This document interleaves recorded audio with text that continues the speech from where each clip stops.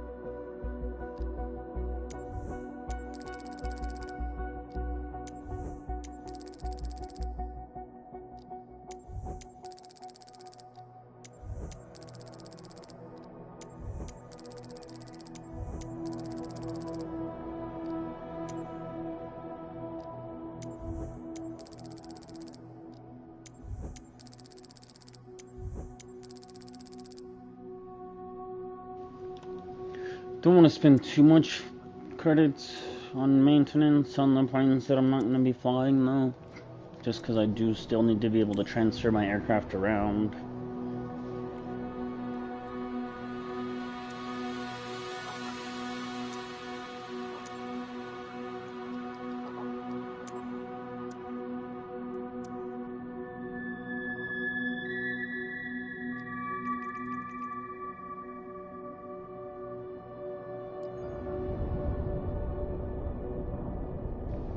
This one looks good.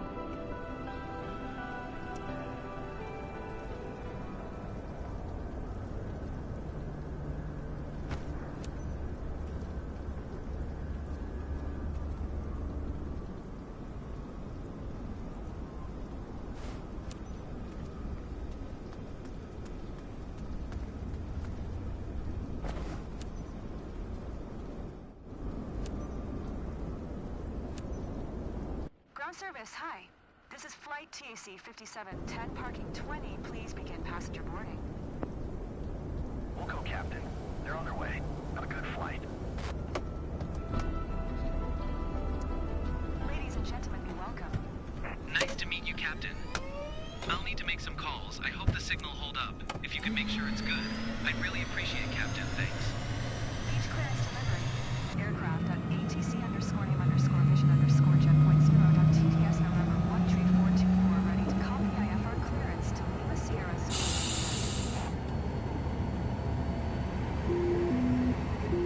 Aircraft ATC_2.0, TTS November 13424, is clear to Lima Sierra Zulu Juliet Airport. By the Lima November Oscar 7 Echo departure, runway 22 left. Climb bias and maintain 15,000. Departure frequency is 121.915. Squawk 7415.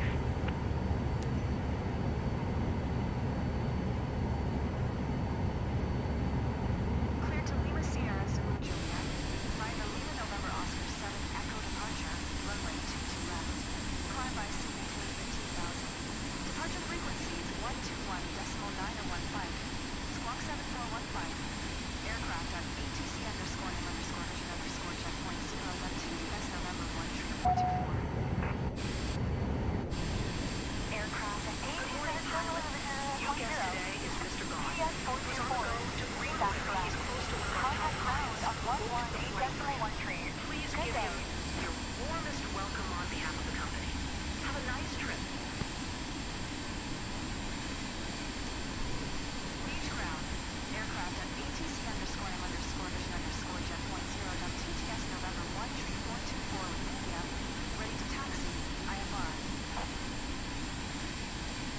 Aircraft at ATC_name_vision_jet.0. TTS November 13424. Taxi to and hold short of runway 22 left using taxiway Alpha 2 Alpha 3 Alpha for Sierra Flight. Contact tower on 118.13 when ready.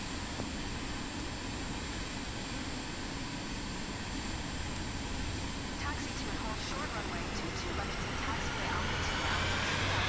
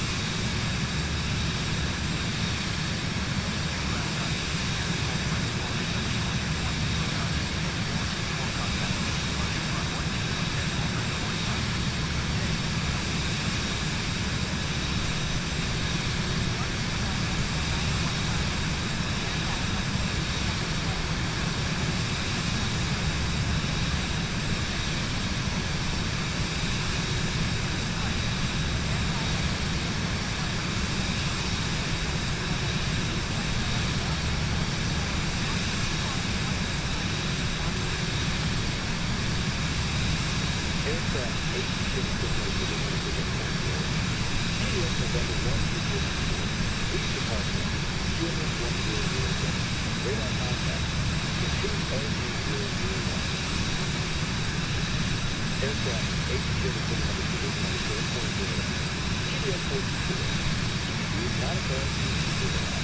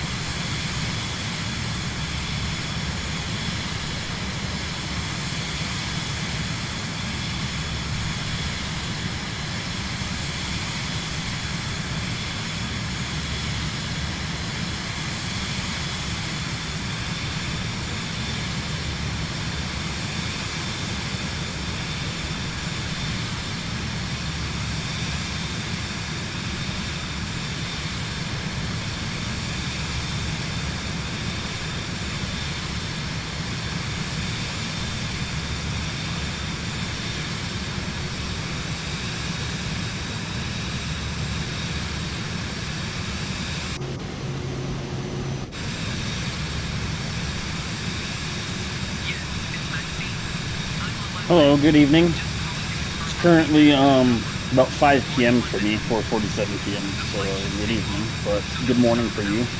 Hope you're doing well. Yeah, how's it going, bro? I'm just doing this flight. Pretty sure we're in Europe right now, but yeah, just doing some career flights before I have to get ready for bed for work tonight. Hope you guys are all doing okay. Having a good night or good day, whatever time of day it is for you.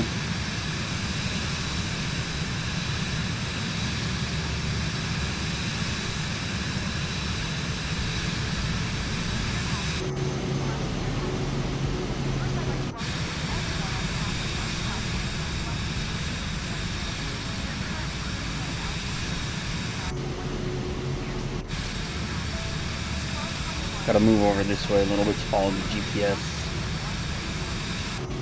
This plane has a lot of autopilot options, but most of them that I've used seem to fuck up the visual navigation, so I'm not going to be using any of the autopilot outside of what I normally use, namely height, GPS, and the master switch. Makes me sad because this plane has a lot of advanced autopilot options. It could basically fly itself, I think, but oh, I totally forgot to remove the safety pins. I'll have to remember to do that next time. I keep forgetting to do that.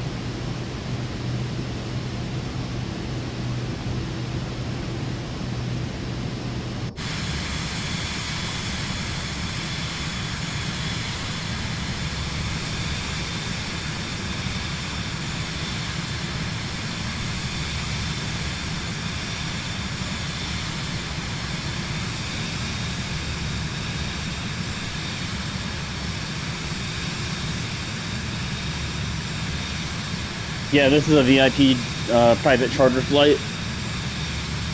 Whatever seemed to be the issue that was preventing me from accessing them before, it must have got fixed. Because I had issues with getting them to load for a while. I know one of my other viewers was also having issues before the new year. Yeah, this is one of the private charter flights with the VIPs. Should be about 200,000 credits worth, give or take, depending on what the weather bonus looks like.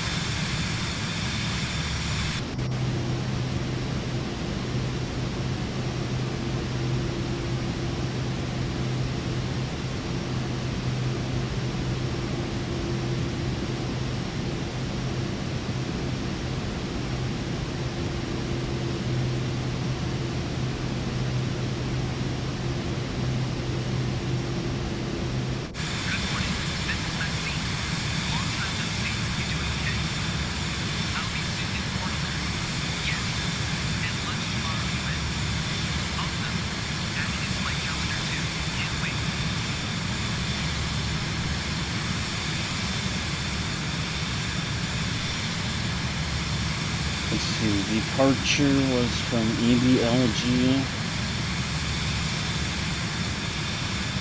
in Belgium.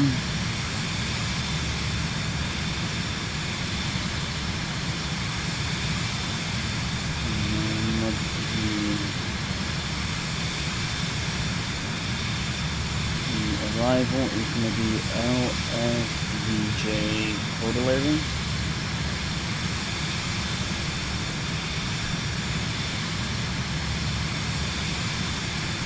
Which is in Cordillera, Switzerland. So we took off from Belgium and we're going to Switzerland.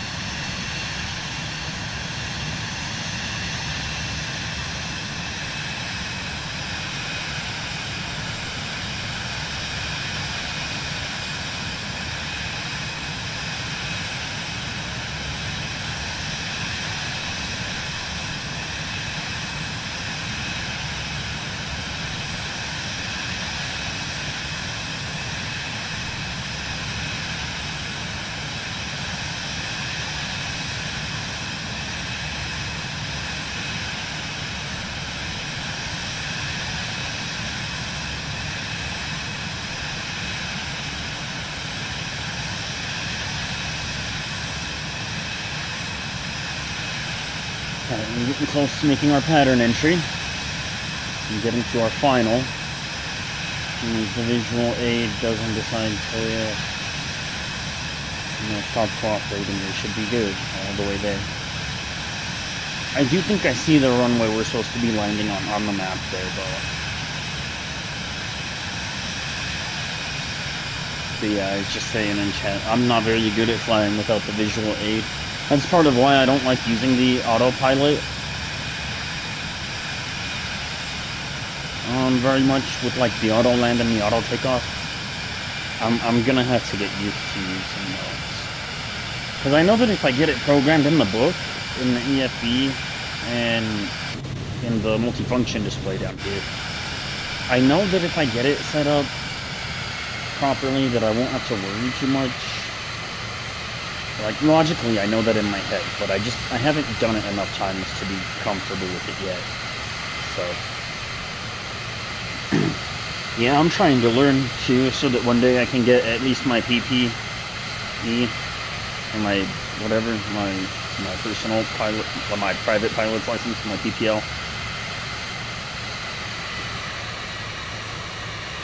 But nice, landing a 737 on auto land, that's pretty cool, bro. Could not be me, though.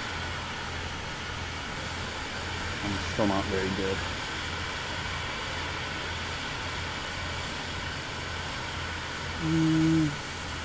I thought I saw the runway. I don't see the final anymore either, nor the pattern.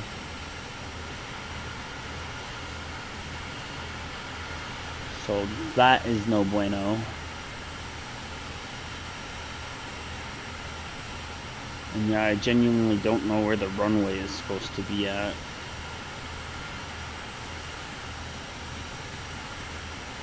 Is that the runway down there? No.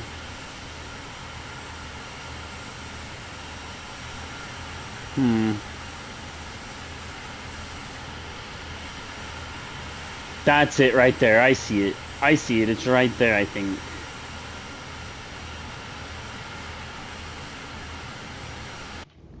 Press pause and it shows a line to the runway. Oh, okay.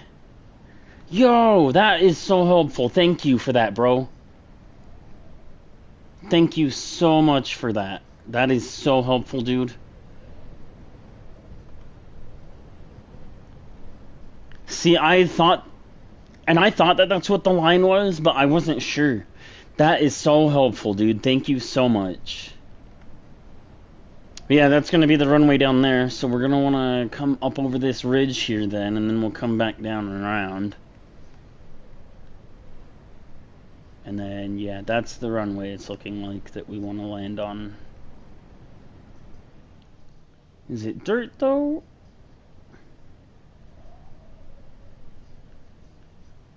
Yeah, I guess it's... Okay, I see now. It's this whole thing. This whole thing's like a dirt runway, it looks like.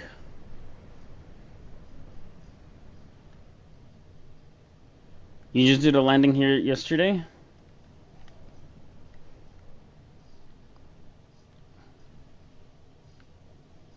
Yeah, okay.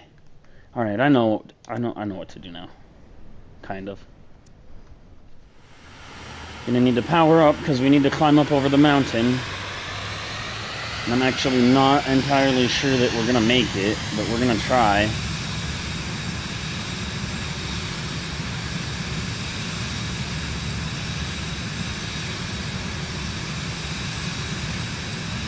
Okay. I see it on the waypoint, or on the map now too. I see the line that's updated now, so that's helpful too now. Power up and climb up a little bit more. We don't want to climb too much though, because we've already got such a steep descent to make. We'll put our landing gear down in a minute when we get a bit closer. I need to keep them down so I can stay at full power right now. I'll probably drop them once we start making our descent. Let's make sure we're following the pattern here, yeah. Because the waypoint kind of seems to go on a ways there.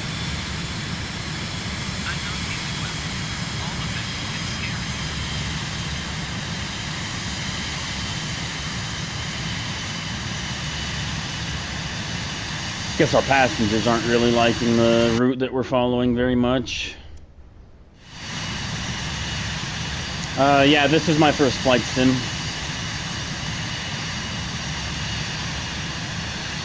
The closest thing to a flight sim that I've had before that was Elite Dangerous. And then I've mentioned a few times in previous streams that most of my flight experience comes from Grand Theft Auto.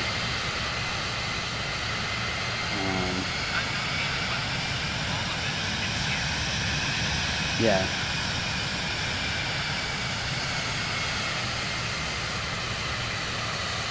Mainly a GTA pilot.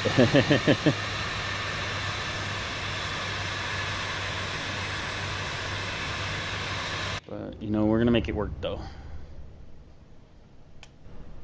Kerbal Space Program? Nice, bro. I'm on PS5, so I never really got to play that one.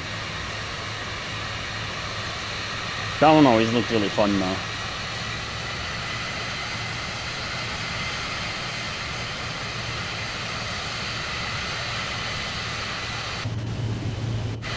Of course the autopilot's set. No wonder I'm having issues with the trim.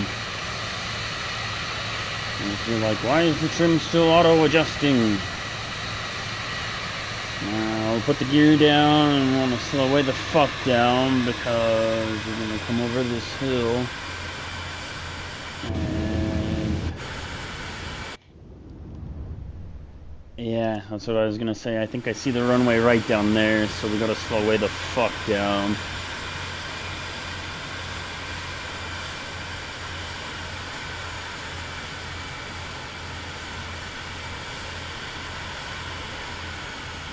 Probably dump the engines all the way to idle now and make sure we just follow the line.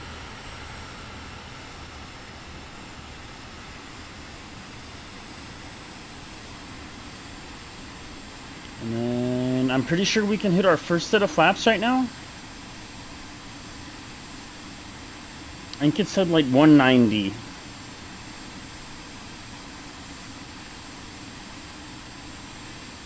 Is the speed requirements for the first set of flaps.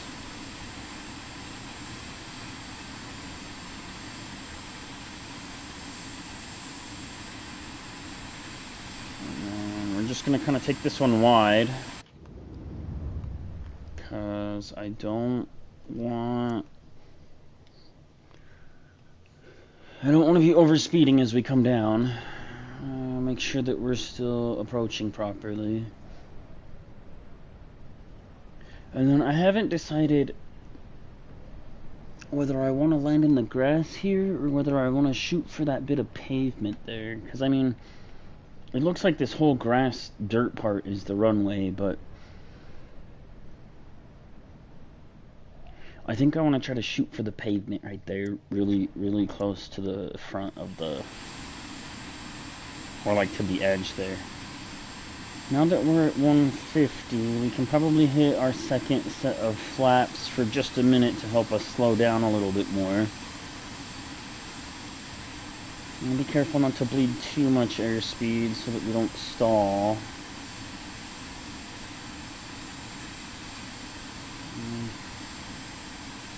As we speed back up, I'll probably lift those flaps now and start to power up so we can come around the corner here.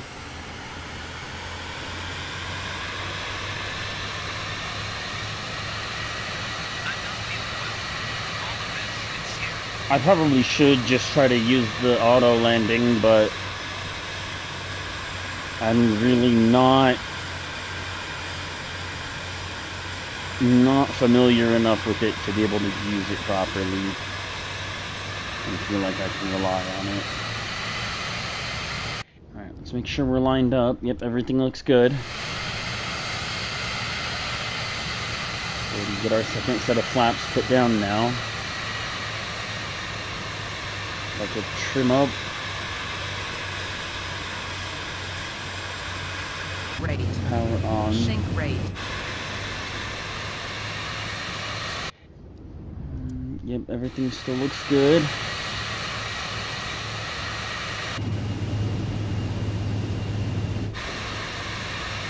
Gotta slow down a little bit more still. Make sure we don't come in too hot and too low. Keep our power down. Not too much that we stall though. Everything still looks good. Letting it go a little too slow though. Some power on. Yeah, I've been pressing the button ever since it popped up. It'll do it automatically.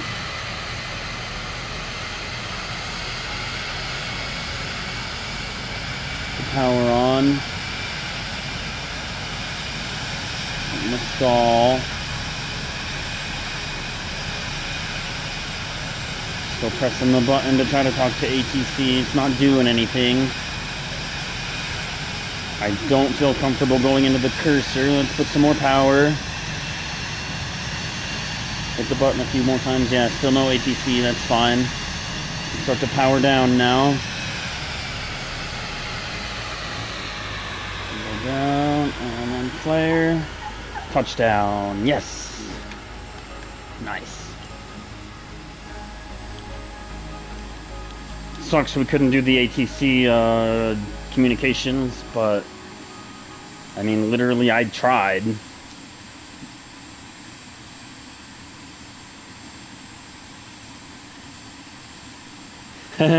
Thanks, bro. I'm still not very good at it. I'm getting a lot better at going during the day. A lot of it really is just using the flaps and everything, so when I first started, I didn't use the flaps hardly at all in one of my views. One of you guys pointed out that if I just start using the flaps more. So yeah. Thank you, though. I appreciate that. Yeah, managing the power is definitely a big part of it. What I like to do is I look at the needle. I don't look at where my power is set to. I watch the RPM needle. And so I'll feed it and reduce power based off of what the RPMs are doing.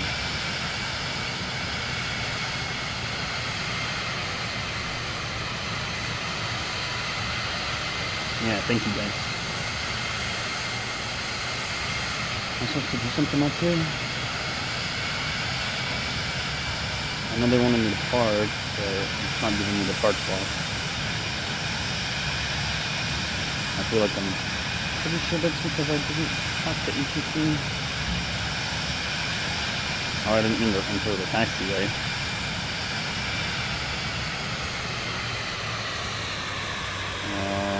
What if I just shut down? Are we good then? Is that it? That's like my main complaint about fucking career mode is that the missions are still kind of busted. I really didn't want to do no skips, but like it doesn't show me where my box is, so I guess we're just gonna skip the shutdown then.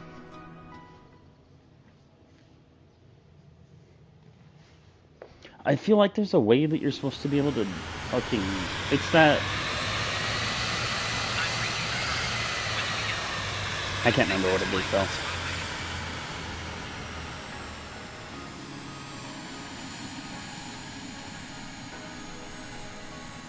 Three hours real time didn't work when you landed. Yeah, I get that, bro. I've had that happen to me a couple times. Using the sim speed really helps a lot. The sim rate speed. But I mean, I did my first like 50 hours of this game all in real time. Because I didn't know about the sim rate speed, so. That was something else you guys told me about. Pretty helpful, pretty nice. Very effective. Let's see. Everything becomes a fish. Yeah, I gotta be careful not to put my sim rate up too high or else the same thing will happen to me too.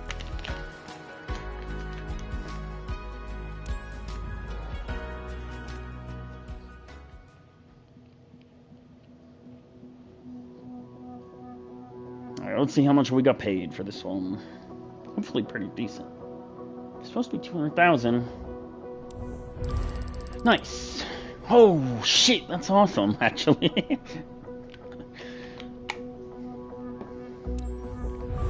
390,000 for the bad weather. Shit.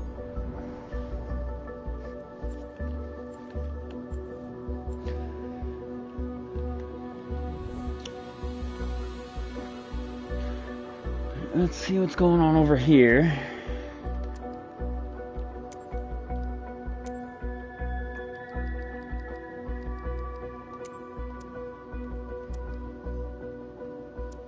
Not worth the transfer fee. Guess we're gonna stick with doing Europe missions right now.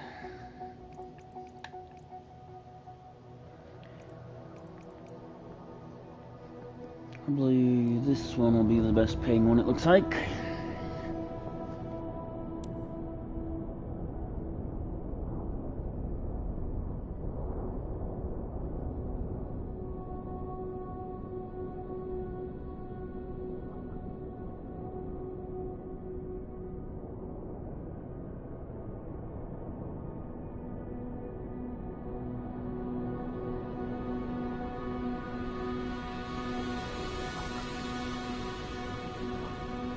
Yeah, I'm based out of America. I live in Denver, Colorado, so usually I prefer to do the missions in America, but based off of how much it costs to transfer my fucking aircraft out there, it's not gonna be worth it right now. It would be like fucking like I don't even want to know how much it's going to be to transfer my aircraft back out there. I know that we're good over here, though, so...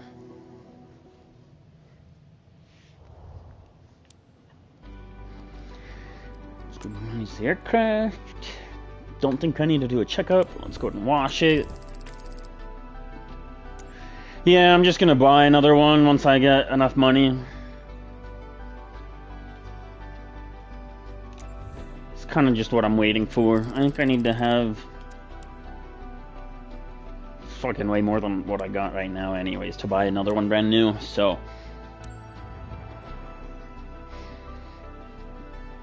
yeah, that's kind of what I'm waiting for, is just to be able to buy another one.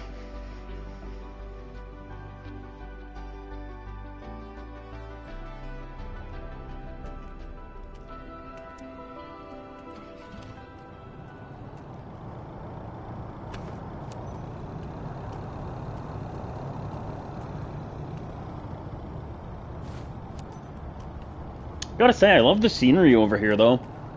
In America, it's just lots of flat farmland.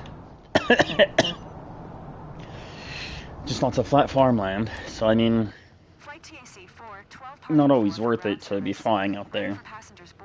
You get lots of flat nothingness. At least over here, we get mountains and stuff. Nice to meet you, Captain. Just wanted to say hi before you leave to Reichenbach in Kandertau. Madame Ron will be aboard soon. I know you'll give her a warm welcome. She's close to one of our top clients who booked the flight for her. Have a nice flight. There's really only like 2 or 3 really good mountain ranges in America.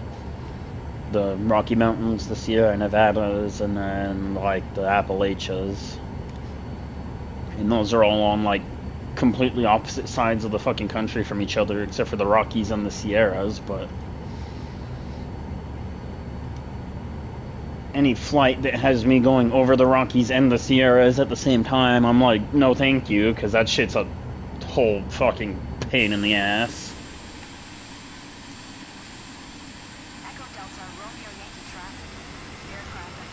Definitely a lot more aids for landing though, yeah. Seems like.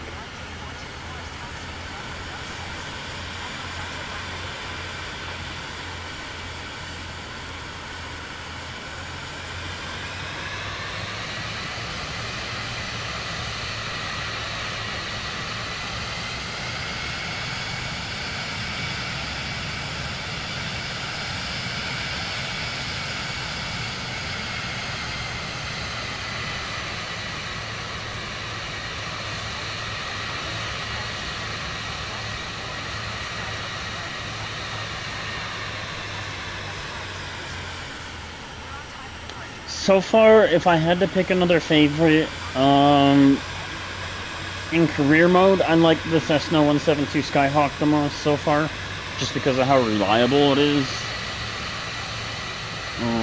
That's a pretty lame choice to go with, honestly. This is my favorite plane so far in career, but I definitely have to go with the 172 Skyhawk.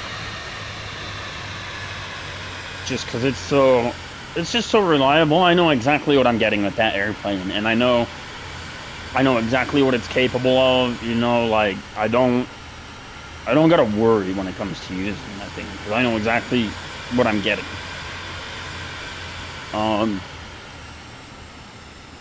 My least favorite would be it's called like the Cub Master, or like the Scout Cub, the something Cub. Funking something Scout Master. The Cub Scout Master is what I call it, because it sucks. I don't know. That one's my least favorite. I think that one's like a tailwheel plane.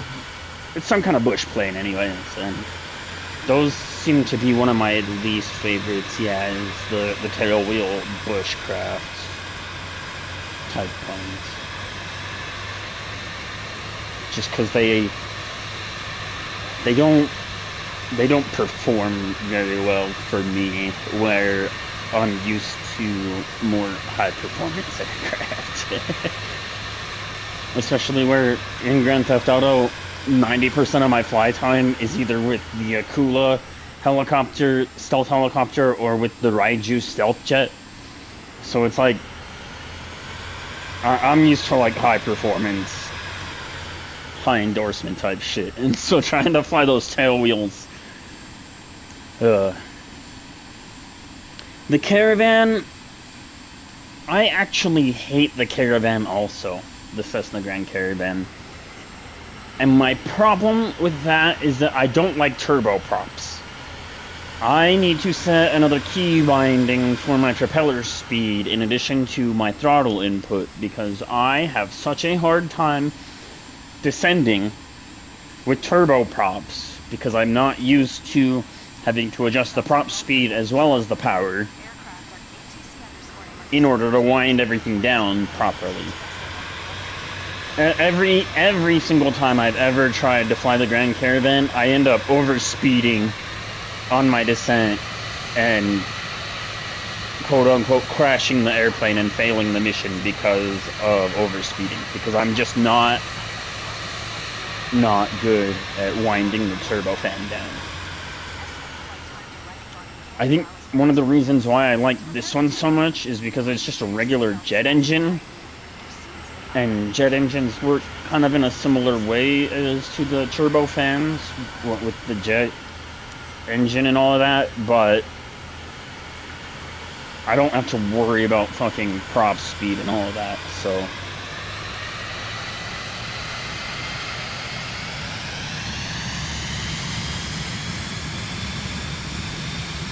I'll have to check out the GQ next.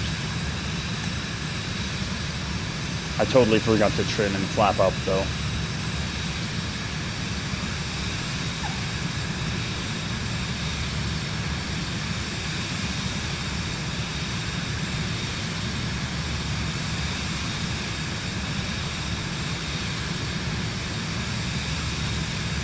Yeah, that's like my main issue with the Grand Caravan is that it's a turbofan, and I'm just not too great with the turbofans yet.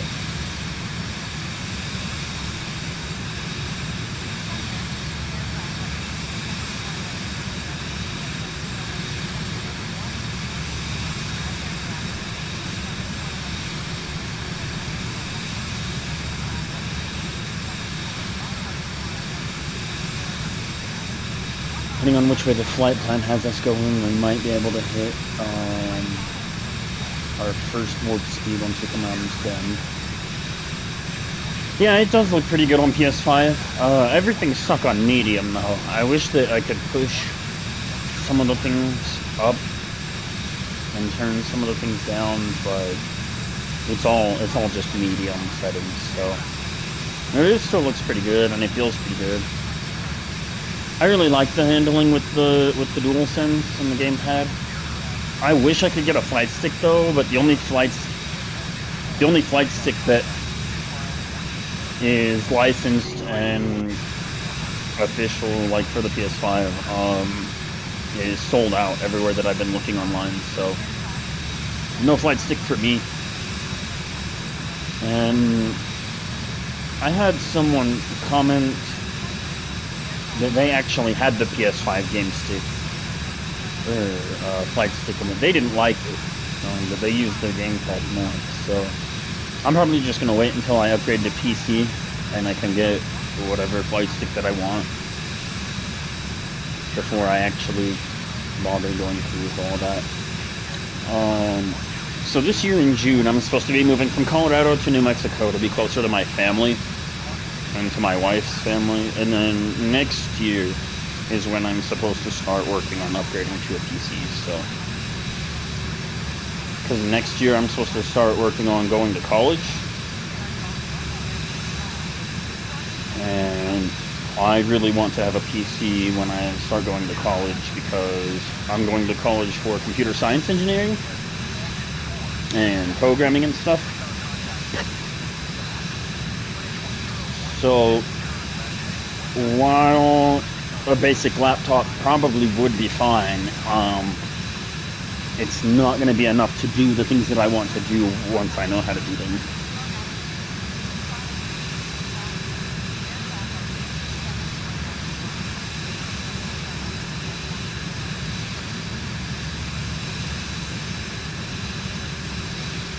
Yeah, New Mexico. One of my favorite things about New Mexico is that my wife, her family, and my family, they live in Roswell, New Mexico, basically. In a little tiny town outside of that. But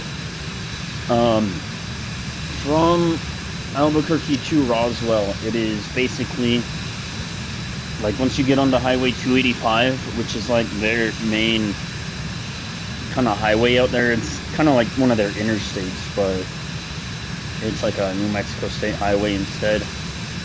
Like it's a massive 4-lane divided highway and everything. 285, there are so many stretches of it that are so flat you can see for like what looks like 20 miles, 30 miles, just out in any direction. If it's like a sunny, clear day, the highways out there are beautiful. And it just goes straight, like, just forever. So you just look out at the highway, and it's just straight as straight can be, like, as far as the eye can see. And, yeah, endless skies. That's definitely one of my favorite parts about it, is, like, yeah, it's just flat as flat can be, and you can just see, like, everything. And then the sunny days out there are just so beautiful because it's just so bright and clear, like, all the time, like when it's sunny, you know. My other favorite thing about being out there is the light pollution where my family lives and where my wife's family lives is next to zero. So you can really get like some nice views of the night sky out there. One of the last times that I was out there, so not this last time, but one of the last times before that I was out there, I uploaded these videos too onto my channel. I managed to get some really nice meteor showers and some nice shots of some meteors and stuff. So that's one of my absolute favorite things about being out there. It's just you can just see so much of the night sky.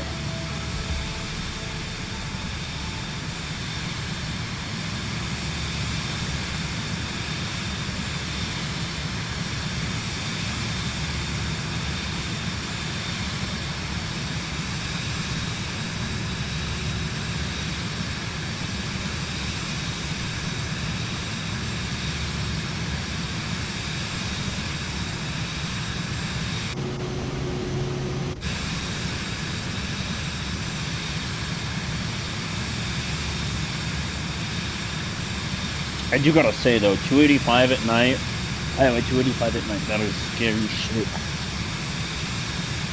Because, I mean, you won't be like the only one on the road, but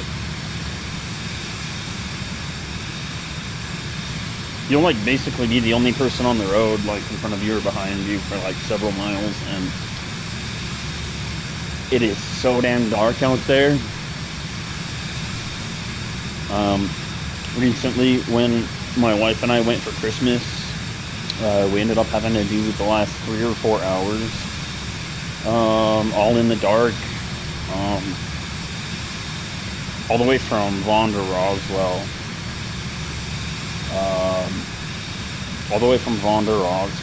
that's like 2.5 hours. It was just pitch black outside because of how early the sun's going down and everything, and so I could not see anything to like either side of me, and I had to keep my eyes peeled for deer.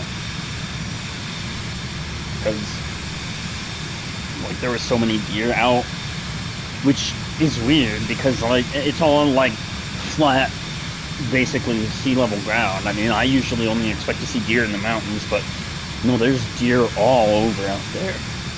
Because all that's out there is farmland, basically. Farmland and oil land with the oil fields, so yeah, I had to keep my eyes peeled for deer. And then obstructions in the road. Usually because of how flat everything is during the day, you don't gotta worry about that kind of shit because you can just see for miles and miles. But because of how just pitch dark it is out there, you gotta do like 5 under the speed limit. You gotta do 70 instead of 75, and you just gotta keep your eyes peeled for anything that's in the road. Because I mean, you hit the wrong thing in the dark, you're fucked, you know. So that's the only thing that's like kind of scary about like being out there. It's just that at night, when you're driving at night, you gotta be real careful. Real careful.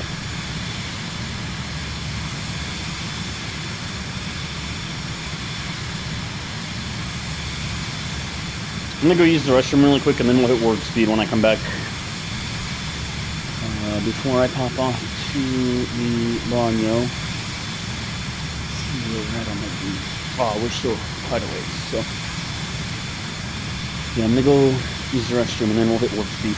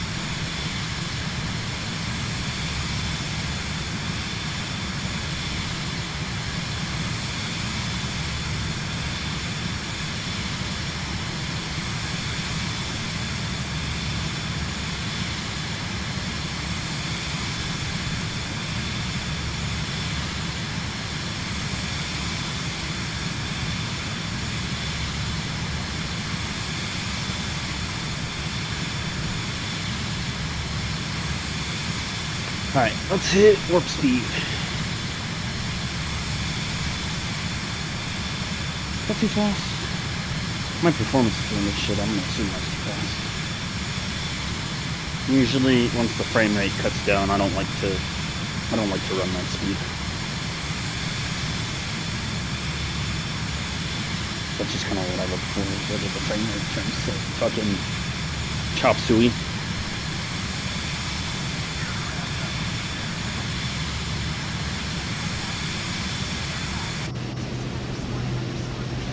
Doing some of the cockpit stuff can be tricky on controller. Like oh no, okay, oxygen is turned on.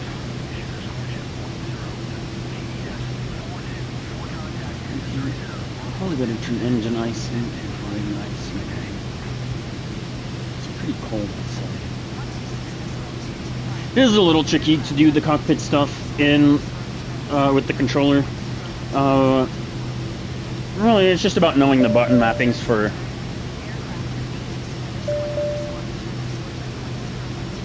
What's it beeping at me for now? It's really just about knowing the button mappings and how to make the camera do what I want. Remembering that we got the instrument camera right here. Got the window camera if I'm trying to do more visual flight. You slow down a little bit because we're coming up to a sharp bend. Probably slow our city speed down a little more just because I don't want the passengers to bitch. And then knowing how to move around the cabin and stuff, that was really helpful too. Just for a long time I didn't know how to move around the cabin. I forgot to pull these damn tags off again.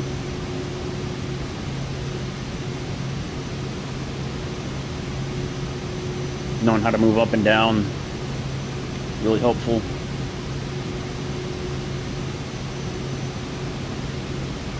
So it can be a pain in the ass just because, I mean, I gotta do this with the thing.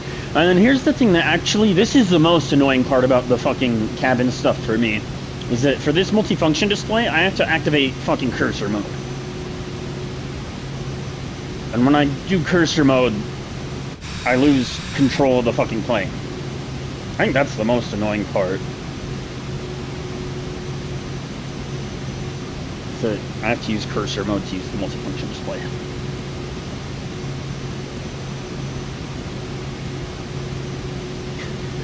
That's funny, bro. Your passenger was outside instead of inside. That'd freak me out too.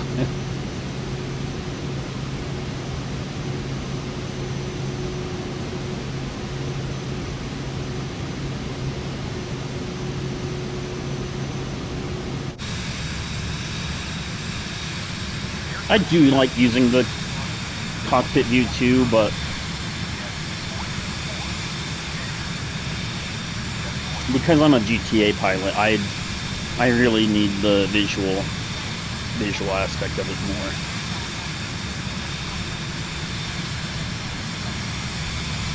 In a second, we're going to turn autopilot off because we're getting close. I'm going to want to turn the sim speed down too, so that I can make my descent without pissing the passengers off. We're going to turn the autopilot off. And start gradually making our descent. I think I might be sim speed too high still.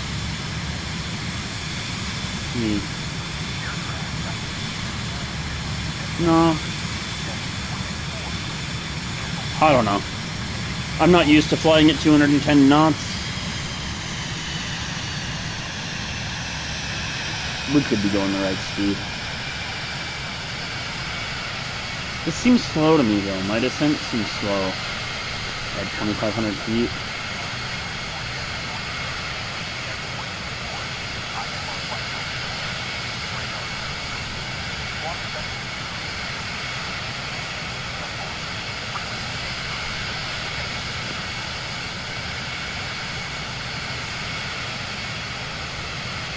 Like, I feel like this has to be real speed, but I can't tell. It keeps wanting me to fucking go back to the fucking other radar points. Let's slow down a little more.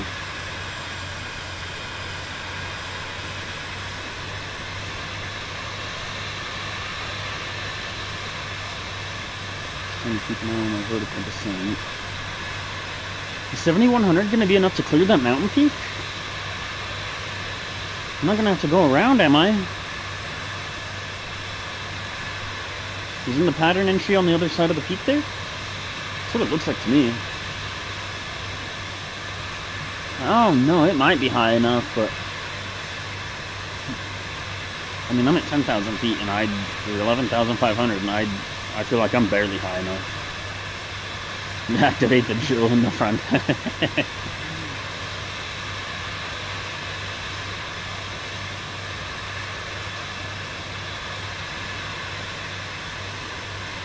I don't know, they wouldn't tell me 7,100 if they didn't want me to do 7,100, so...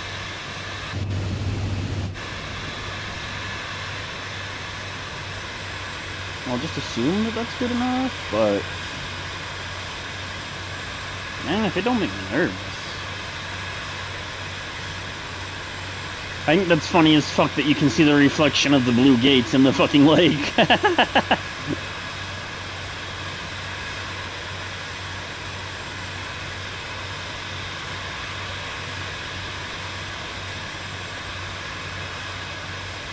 Yeah, you can see the reflection of the gates in the fucking lake. That's funny as fuck.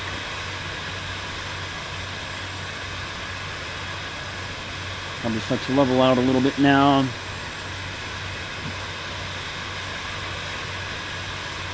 As we get a bit closer.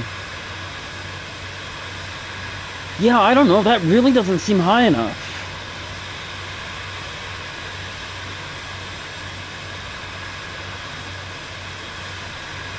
Oh, that's because I'm not supposed to clear the mountain. Okay, I see. The fucking, the thing... Yeah, I am. What the hell? Yeah, okay, we're not doing that.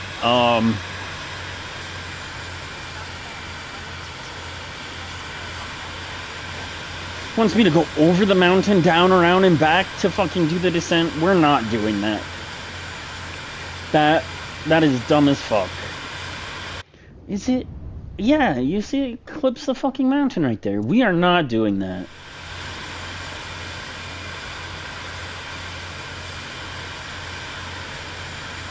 That is stupid. That is stupid. We are not doing that. I think I see the final on the other side of the mountain though. We'll come in from this side.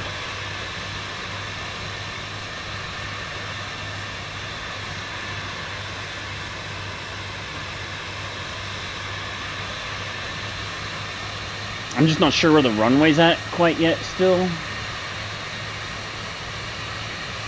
I'm kind of trying to keep an eye out for that, because I'm not 100% sure where that's at. Pretty sure that our final is going to be the one that's marked final, obviously, and that we don't want to descend into that other gate, because that's usually how it goes. That is a nice lake, and especially with these snowy-ass mountains, very beautiful. Let's go and go into free cam for a second. Yeah, so there's our arrival, that airport right there. Yeah, I genuinely don't know what... don't know why... What the fuck kind of pattern entry is that? That's not cool.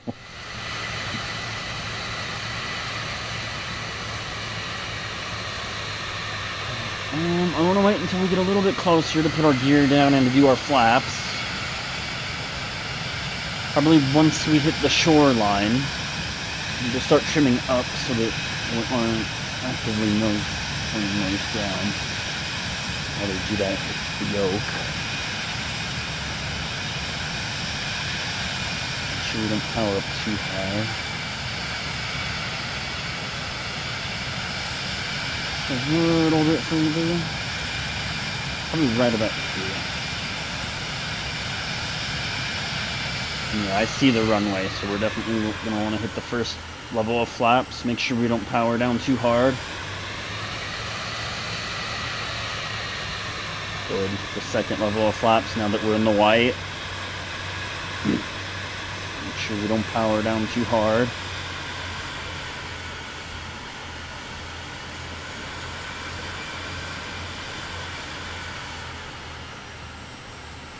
Trying to power down to idle, but we want to keep the RPM gauge kind of up so that we don't stall out.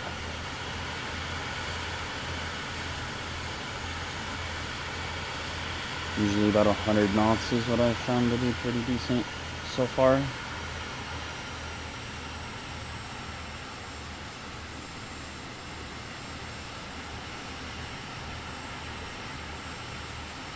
Keeps us in the green.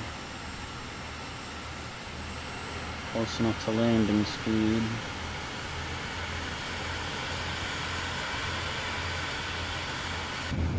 Check the instruments.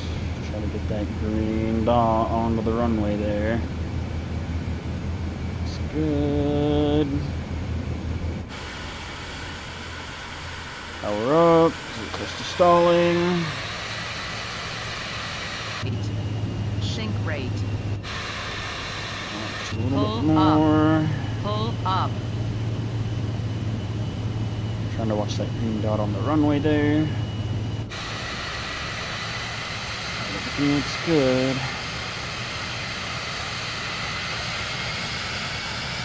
Just waiting for it to give me the ATC pop up.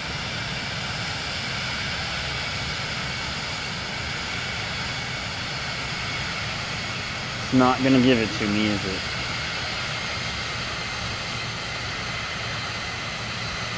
Because I didn't follow the traffic pattern. Whatever.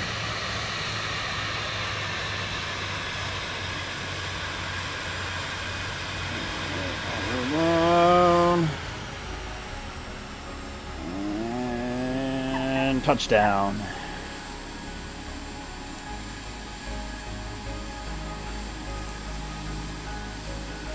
Not too bad. I just wish it would have given me my fucking ATC prompt. Because I think I get docked for that. Even if it's only just a little bit. Thanks, Gem Donut. I promise I'm not really actually. I know that I make it look easy sometimes, but I promise I'm. I'm still learning, bro. A lot of it really is just crossover from Grand Theft Auto, though. I've been playing Grand Theft Auto for 10 years, like, legitimately. I've looked at my time spent, and, yeah, I... pretty bad, so...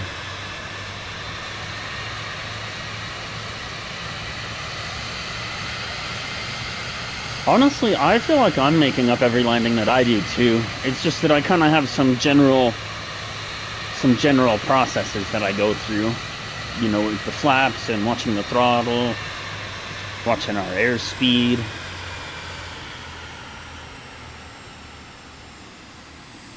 It's really just watching all the systems, trying to make sure we don't come in too hot.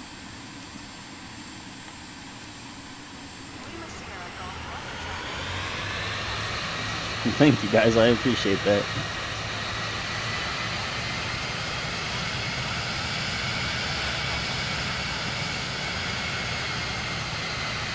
Yeah, I've definitely had to work on my patience a lot with this game.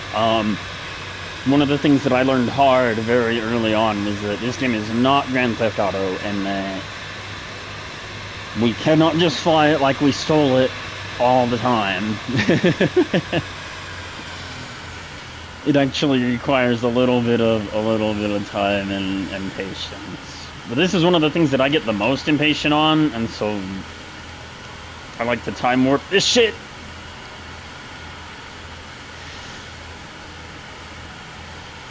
This is one of the things that I'm definitely more impatient on, the taxiing. I end up taxi speeding a lot because I had put it into fucking warp speed and then forget to pay attention to my ground speed.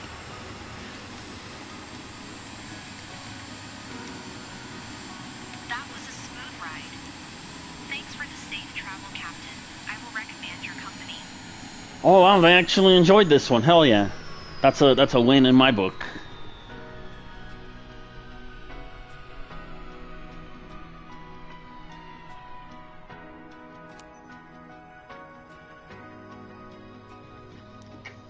Yeah, I just usually only like to skip the ending stuff if it stops showing me my markers and stuff. Just because with time warp, it's not that big of a deal for me. Yeah, everything went good. This was an S-rated flight. Hell yes. That was perfect. It's gonna be an easy like 500k again, I bet.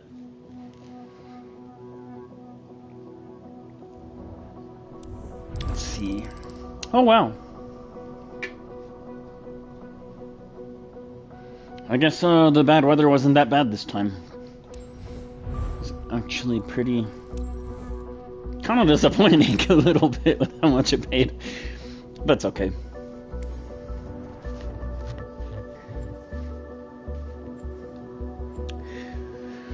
Alright, let's see what is next.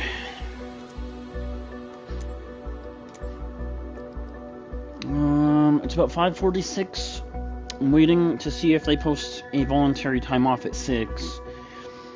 I have about 2 hours after that, because I need to go to bed at 8.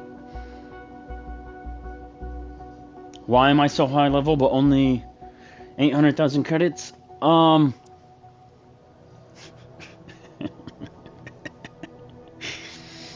Because I crashed my Grand Caravan a few too many times and had to pay $500,000 to fix it. Yeah, that's why I don't do the cargo mediums anymore. Why I'm only doing the charter service private, because with the Vision Jet, I don't have any issues with landing and overspeeding so far, but with the Grand Caravan, like I said, I have not worked out in my head how to wind down as we do our descents, and Yeah. So, yeah, I had to repair my Grand Caravan a few too many times, and that's why I have so few credits.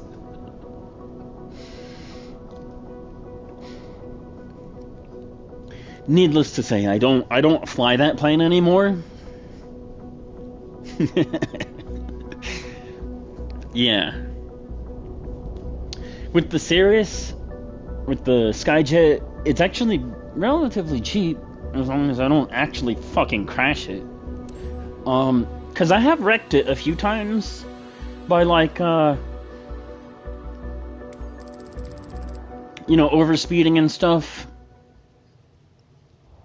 I have wrecked it twice by overspeeding on my descent. But it really wasn't that big of a deal with this one. And I just use basic insurance too, so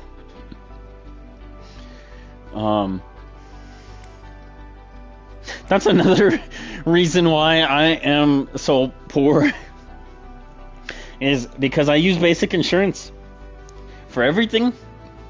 So when I do crash, everything is out of pocket. So yeah, that's why. Yeah, I skimped on insurance to be able to afford to just buy more planes, and with the Grand Caravan, that seems to be the wrong choice there. So yeah.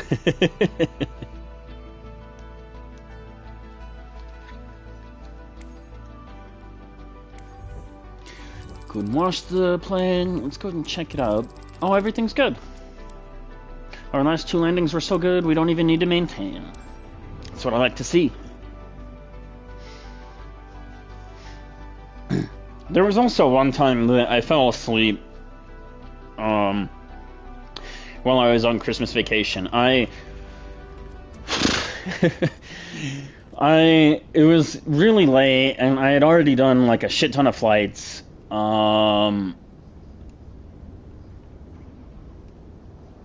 I went to do one more flight, and I laid down with my wife in bed because I had the autopilot set, and this was before I was using time speed. So it was like a 2 or 3 hour real-time flight, and I laid down with my wife so that I could, just chill, and I ended up I had a timer set on my watch too and everything, and I ended up sleeping through it, and I ended up crashing my 172. So that one wasn't quite as expensive of a mistake, but yeah, I have been known to fall asleep once or twice also.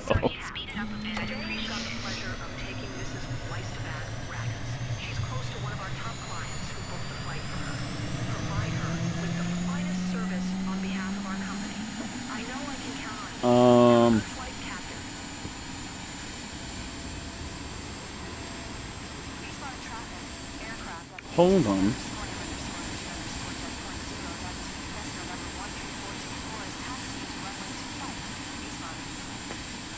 I wonder why it didn't close all that shit automatically this time. Is it open on this side too? No, okay.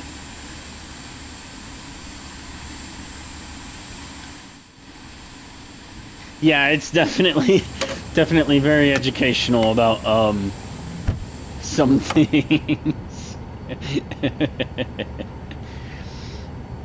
Let's get our master oxygen turned on. Outside air temperature is pretty cold. Make sure our probe temperature is turned on. We'll get the anti-icing turned on once we get in the sky. Make sure we initialize our fuel.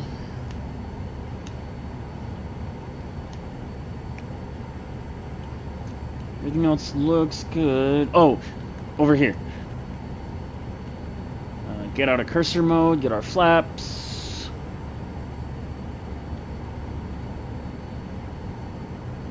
Get our pitch trimmed up into the green. Probably about 5 degrees should do it. 25%, yeah. Okay. Everything looks good. Let's get a move on. Okay, note to self, in 8 minutes I need to be looking at my fucking app to see if I can take tonight off of work, though. And then again at 8, I need to check, see if I can take tonight off of work. Otherwise, I'm gonna have to go to bed in a little bit. Should have time to do about 2 more flights I think, though. Including this one. So 1 more flight after this.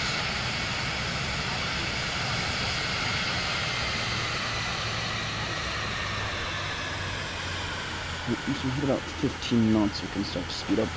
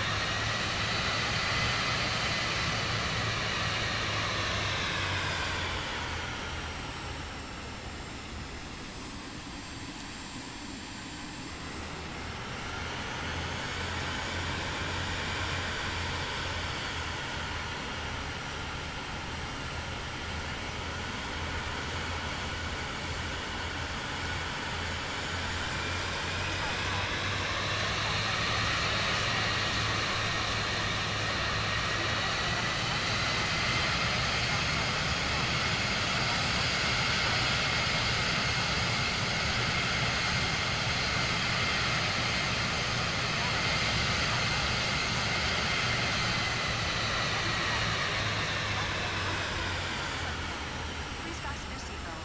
And remember, this is a non-smoking flight.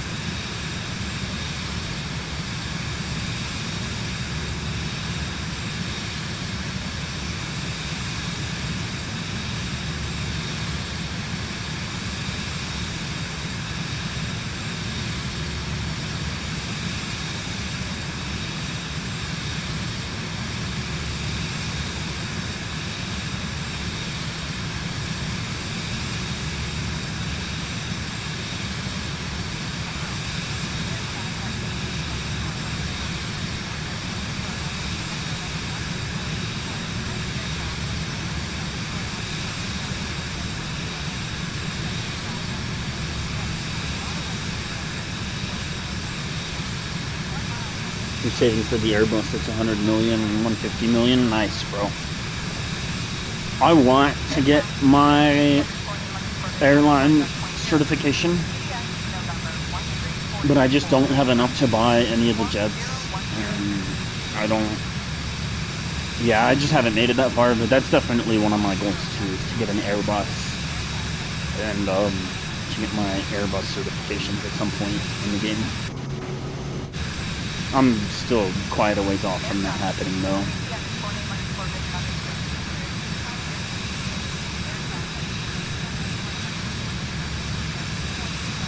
We'll get there one day.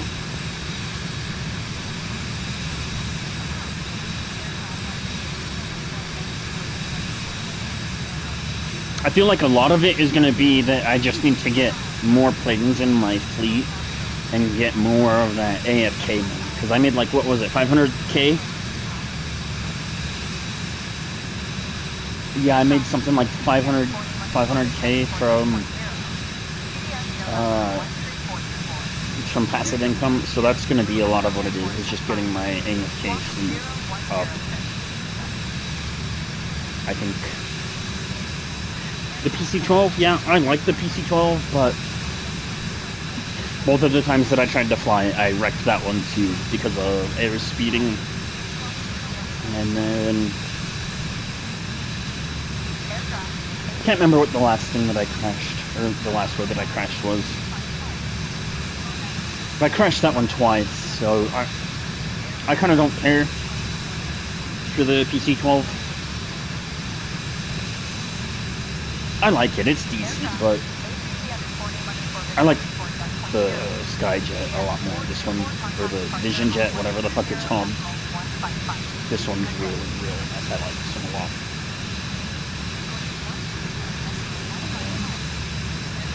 I probably just haven't had enough experience in the PC-12 yet, but yeah, I kind of don't like that one very much. I've had a few bad experiences. I'll work on getting the G2 next, I think.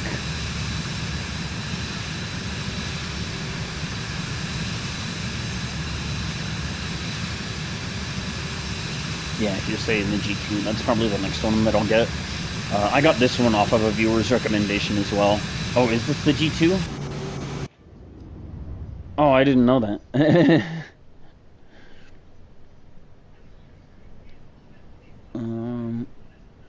Waiting for your chat note. Oh yeah, it is the G2, okay. I didn't know that that's what this one was called, honestly. I just knew that it was called the Vision Jet and that it's by Sirius.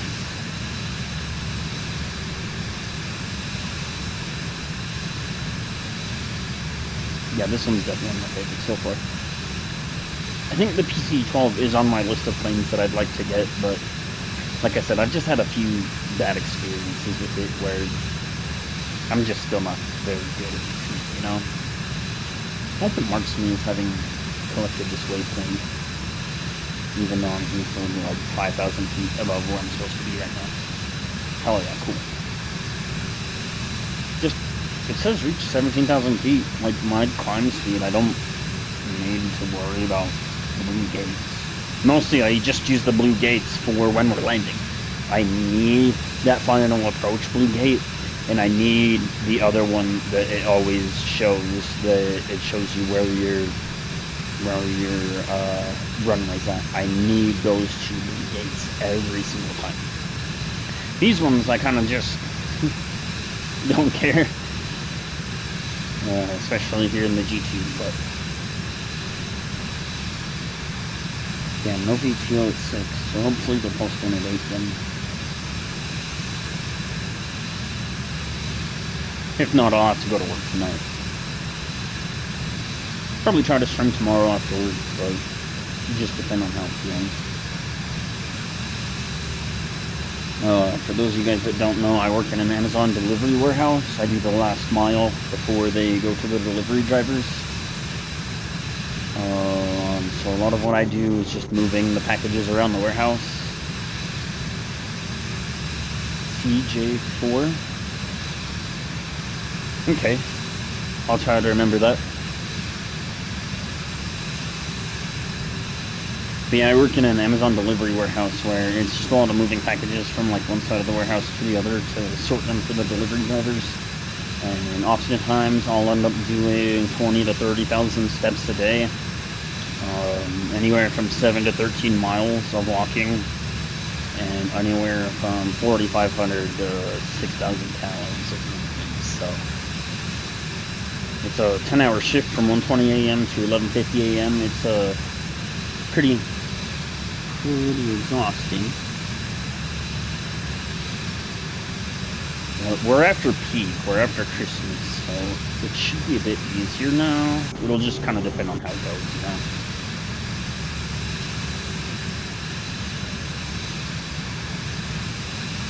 Start to level off a bit more now, so we inch down.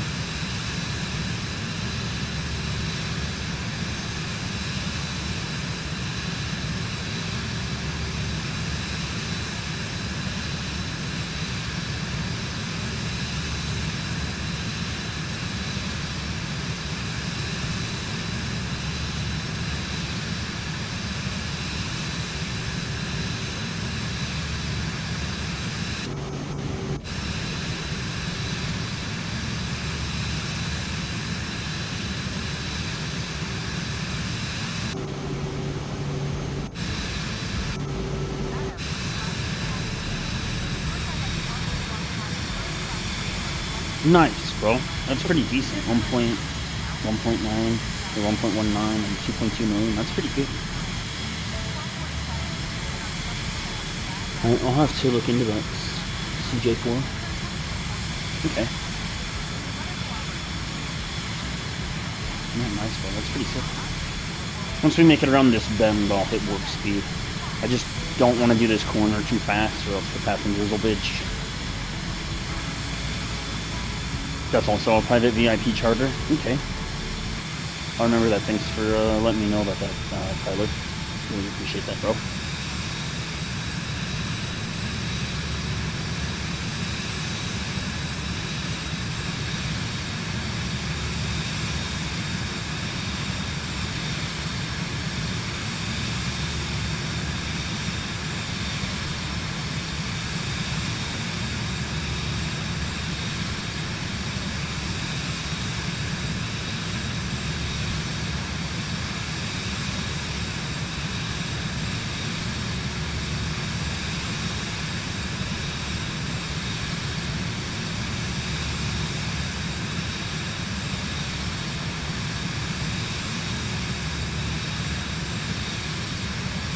As a billionaire in Grand Theft Auto, I agree this game is a lot of fun.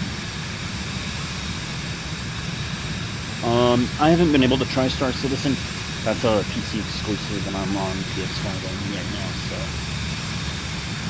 But I've seen lots of gameplay for it. I think it looks pretty cool. It reminds me of Elite Dangerous, especially now that they put out the Odyssey expansion. Which is also a PC exclusive, sadly, but yeah, no, Star Citizen is definitely on my list once I get a PC, so.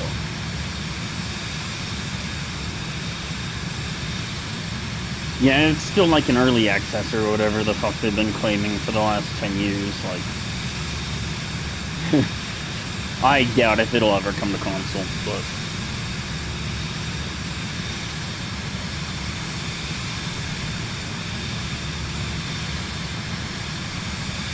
Yeah, I love it, so I'll probably like Star Citizen a lot when I finally am able to play it. I also really liked No Man's Sky a lot. For me, I just like the realism of Elite Dangerous just a little bit more than No Man's Sky. I also like that Elite Dangerous is set here in the Milky Way galaxy. One of my favorite things about Elite Dangerous is going to Sagittarius A and back, and doing missions in Sol here in our solar system. But like, I'm still working on my return trip from my most recent trip to Sagittarius. It's gonna take me at least another like 30 hours of gameplay, because I'm like 25, or no, not 25, I'm like 15,000 light years away at least, so. You're seeing 5 million for the citation jet. And should do free flight to practice with the controls. Sounds good, bro. 5 million? That's definitely doable.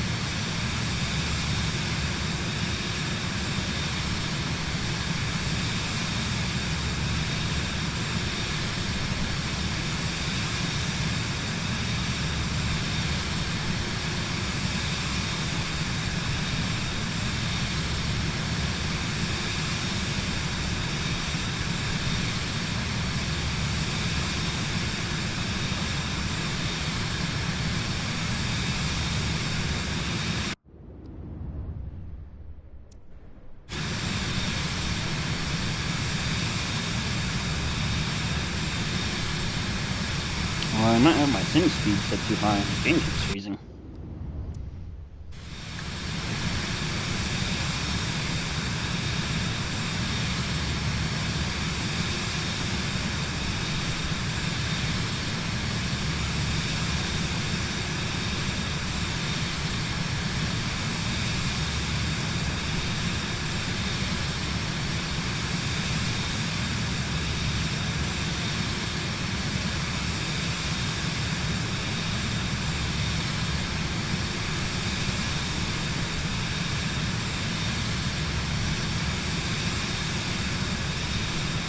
Yeah, I figure I'll probably upgrade my insurance once I get some of the more expensive planes, like some of the Airbuses, and honestly, on that Citation jet, I might put the median insurance on it.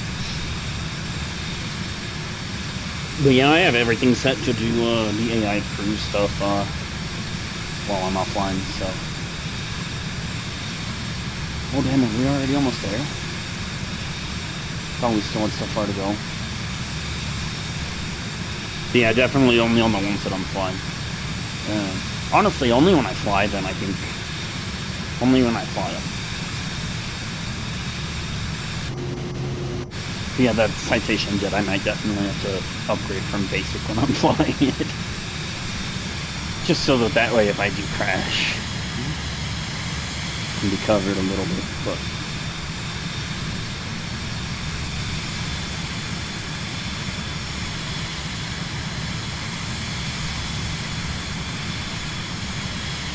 I feel like you should add pressure for my landing.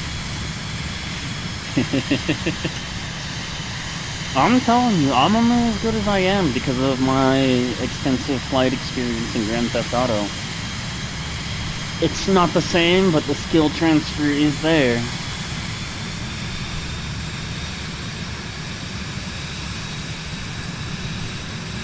And I got 24 miles, so...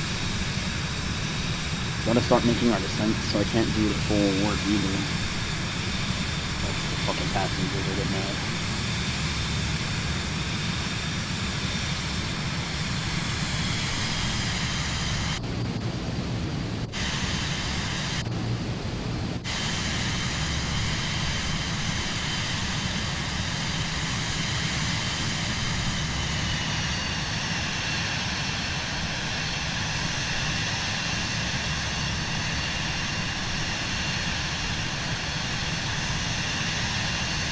Yeah, it's gotta just be a Grand Theft Auto thing.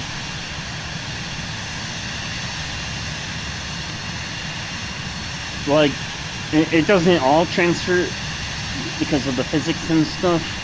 In GTA, you don't gotta worry about stall rates unless you're actively holding on the brakes and shit. Like, have I done the instrument license stuff? Yeah, I've done all of the instrument licensing. I just don't like to use the instruments unless I need to. Mostly because, like I said, I've done 90% of my piloting in Grand Theft Auto over the last 10 real live years. Like,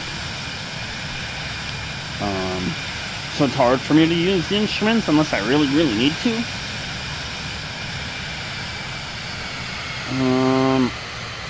If I really need to, the instruments are always extremely helpful, don't get me wrong. Like, if I need them, I absolutely will use them. And it's the same thing in Grand Theft Auto. When I need the instruments, I absolutely will go in first person and use them. But I'm just such a visual flyer because of Grand Theft Auto that I generally don't use them 90% of the time. I know that in real life that's something I'm gonna have to work on. VR on PS5? I don't think so. Maybe. I don't have a PSVR, so I couldn't tell you.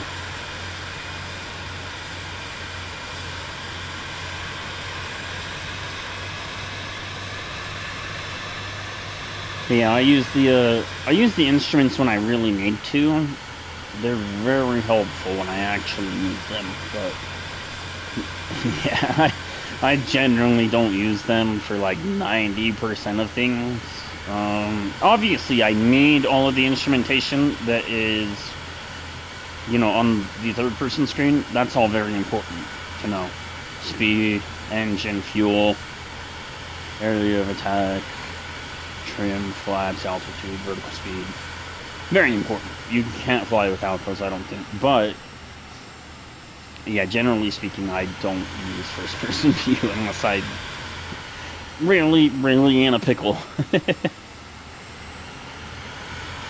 Have I flown around Vegas yet? Not yet. That is kind of on my list, though, because, I grew up in a small town, about an hour away from Vegas, called Mesquite, Nevada. Oh, if that's our final. Hold on.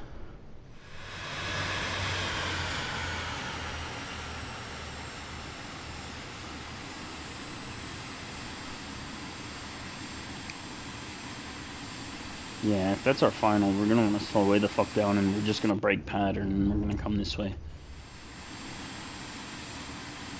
I actually see the runway even. We can get our landing gear out.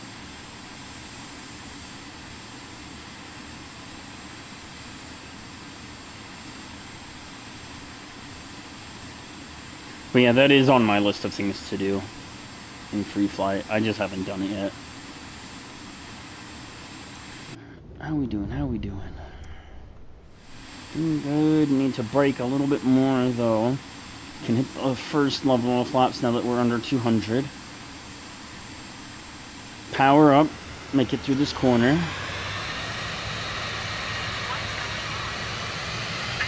Yeah, I'm sure you're stressed out. We're landing. Shut up, bitch.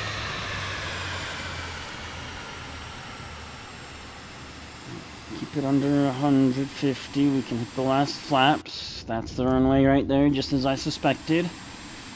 Go ahead and idle down when we bleed airspeed and lower down. Let's go ahead and take a look at the instruments. See the runway right there? We're gonna have to descend a little bit more than that. Let's make sure that we're trimmed down. Turn the autopilot off.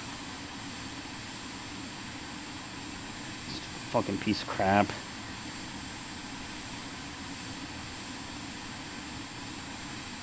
Up. Pull up. Coming in a bit hotter than I'd like. Pull up. Pull up. Pull up. Pull up. Pull up. Doing good so far.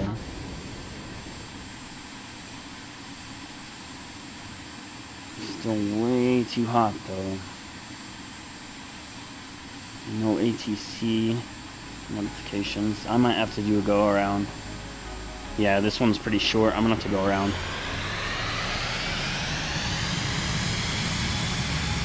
Get those flaps.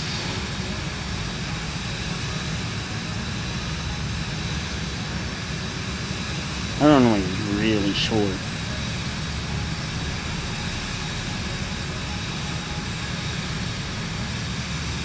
Flaps again, hit the landing gear.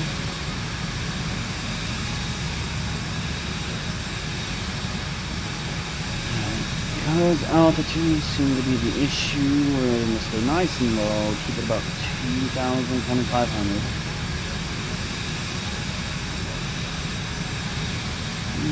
I'm thinking if we come up to this little ridge right here, then we can angle in and start making our circle here. Below 250. Let's go and start slowing down to, we want to keep our airspeed below 200 knots.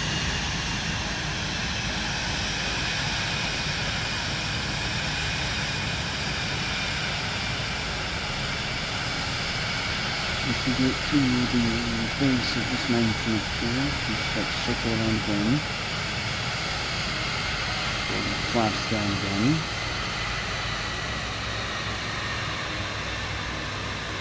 Get our landing gear out.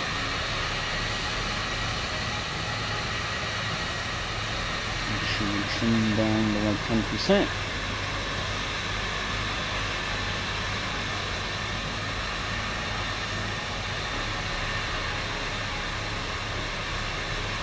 Above 50, let's flaps again, make sure we're in line with the runway really quick.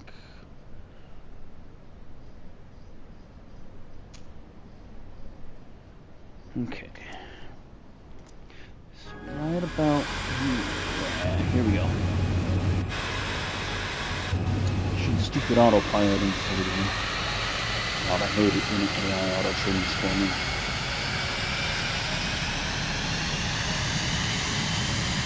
Check the pause menu again so I can see how far we are. Trying to see where it's at. It's like right at the base of that hill where that white dot is. So keep our airspeed relatively low.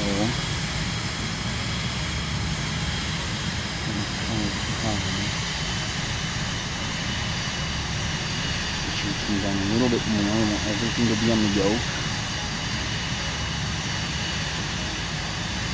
A little bit more.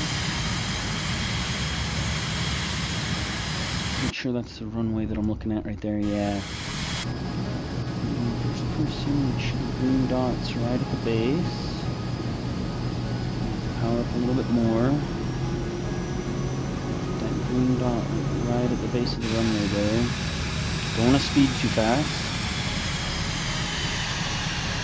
Too clear these trees are weird, so let's go ahead and auto all the way down.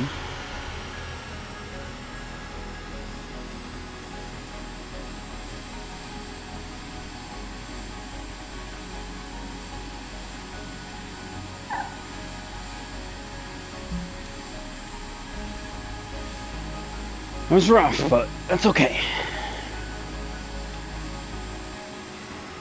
This was a really short runway, so all in all, I would say mission accomplished.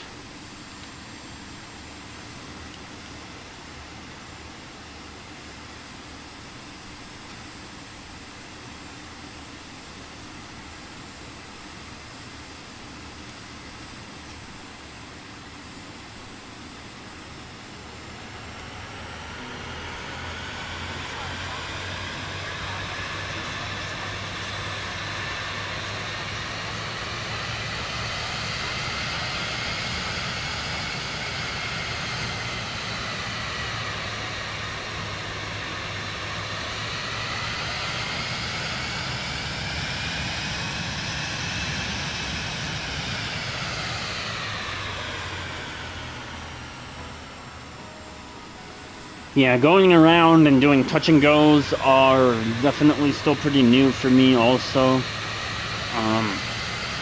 I'm also very impatient sometimes when it comes to that sort of stuff, so I've had to drill it into my brain. If we don't got enough runway to stop, we need to touch and go and come back around. Because of Grand Theft Auto, I would have crashed too. In GTA, because nothing matters, I would have totally crashed it and just respawned nearby and then kept going with whatever I was doing, but we don't get that option in this game, so I'd have to deeply instill and drill into my brain that we don't get second chances unless we, you know, have a second chance, like, for real, like. Other than that, we don't get second chances the way we do in Grand Theft Auto. So I've had to deeply instill into myself a sense that, like, no, we don't want to crash here, and like, no, we would much rather take the time, the 2.5 minutes that it takes to go back around, than restart the whole fucking mission.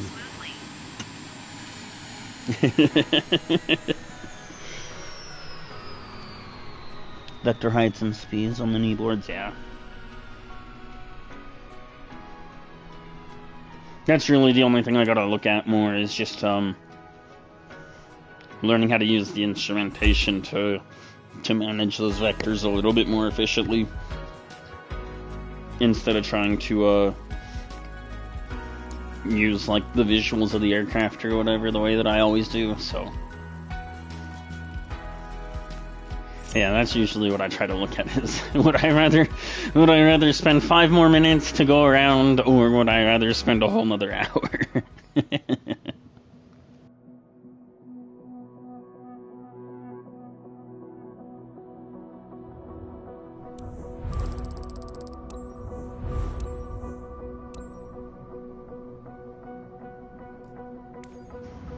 Alright, I do want to go ahead and check on the Citizen Jet really quick and see what else I need to do to be able to buy it. Let's go look at the aircraft store. I'm going to start with the used ones. Depending on how much it is, I might just buy it now.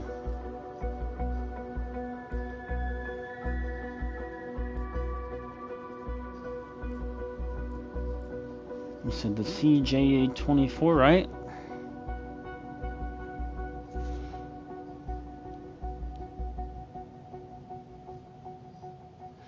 Yeah, I saw this is the one you said was the Citizens Jets 24.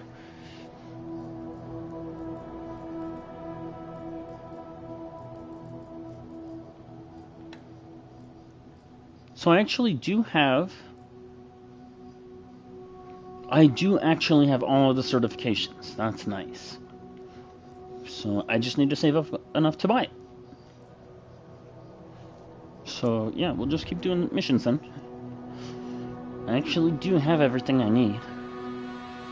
Just need more money.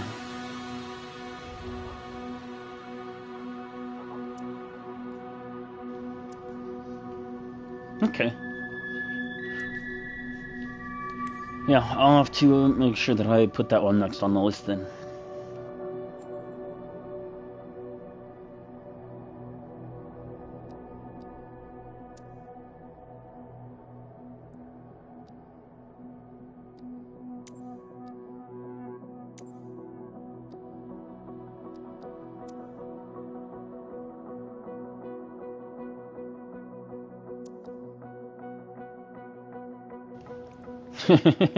Yeah, I don't think I'm going to be selling any of my aircraft, but I will definitely keep doing charter missions to save for that one. 136. Oh, that's only a 30-minute flight, too. Shit, we might actually be able to do 2 more for real. Yeah, I'll make sure I practice in it before I stream more career mode with you guys for it. Ooh, you know what? Let me look in the fucking flight book here, though. For the flight plan.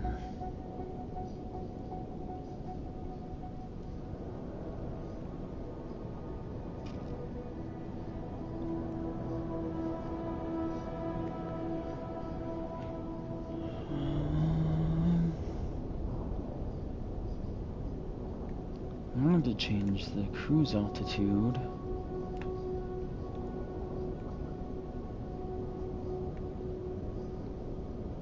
$140, that means 14,000, right?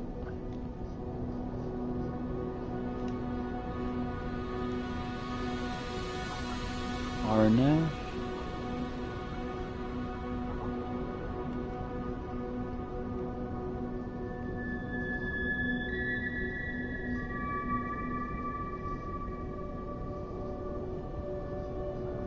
Is it right here that I changed my cruise flight?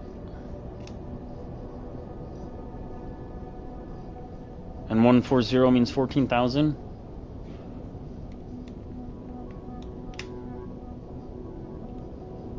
I feel like 110 ought to be enough. Something about this just seems like it might be too steep, you know?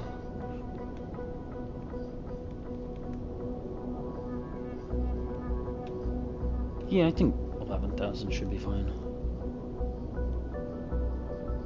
Send. So I do this.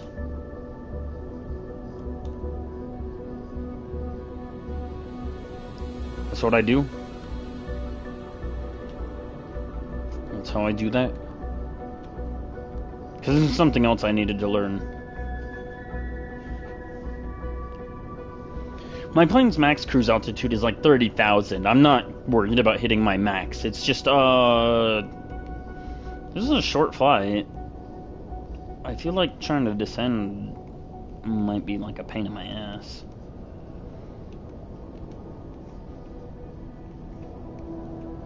Yeah, I'm just more worried about like my descent and everything. Because it's a short trip. That's really all it is. It's just a short trip, so I don't feel like I need to fucking climb all the way up to fucking like 15,000. Yeah, 11,000 should do it. As long as there ain't no fucking mountains in front of me anyways.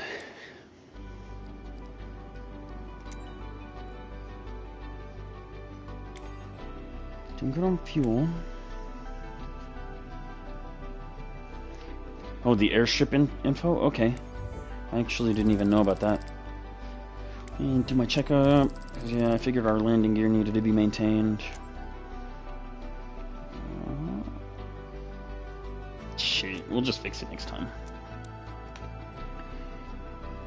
Can I go back into the flight book? Yeah, here we go. Arrival. So click on the information here. Elevation is 3,000.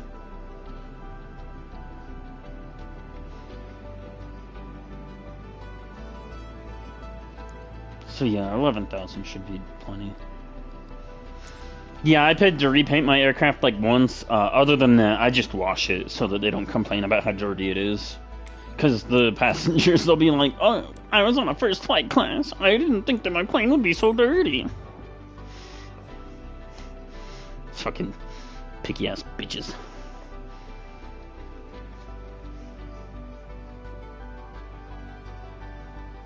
Yeah, I think 11,000 should be.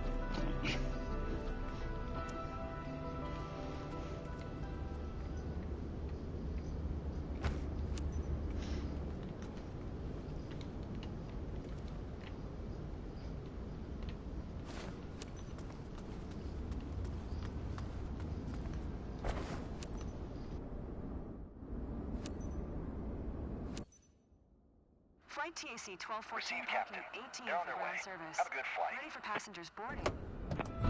Ladies and gents. I actually know how to do this one startup procedure without doing the auto flip too. Flight, Captain? Got an important thing in Los Chodafons waiting for me. Thanks. Appreciate it.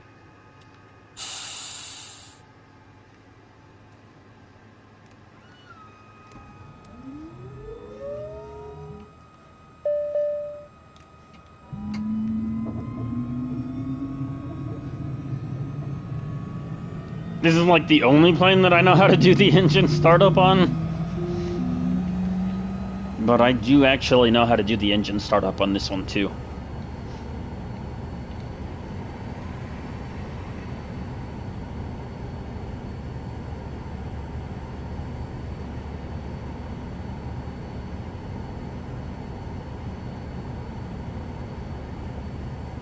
Maiden ground. Aircraft at ATC underscore name underscore vision underscore jet point zero dot TTS November 13424 IFR to West apertures. Ready to copy. No, I haven't tried the parachute out yet. I've just been doing everything in career mode, so I didn't want to fuck with that.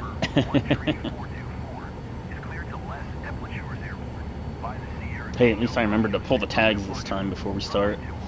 Climb by ascent, maintain 11,000. Departure frequency is 127.6. Squawk 1617.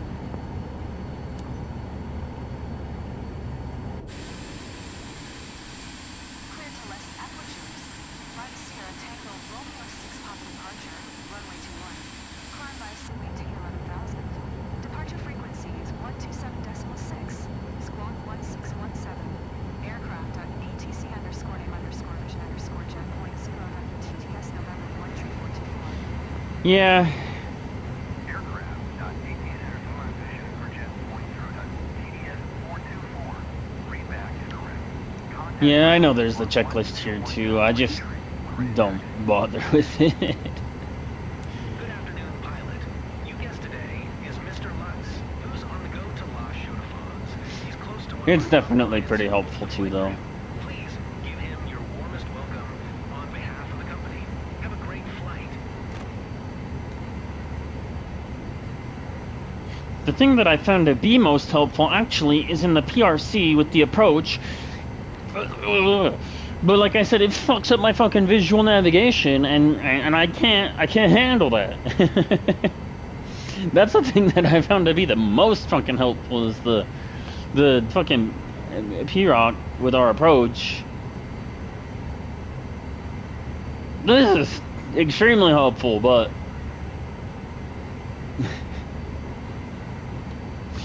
yeah, every time I've tried to use that, it fucks me. Same thing with the fucking the VNav and the flight level change. I've tried using those.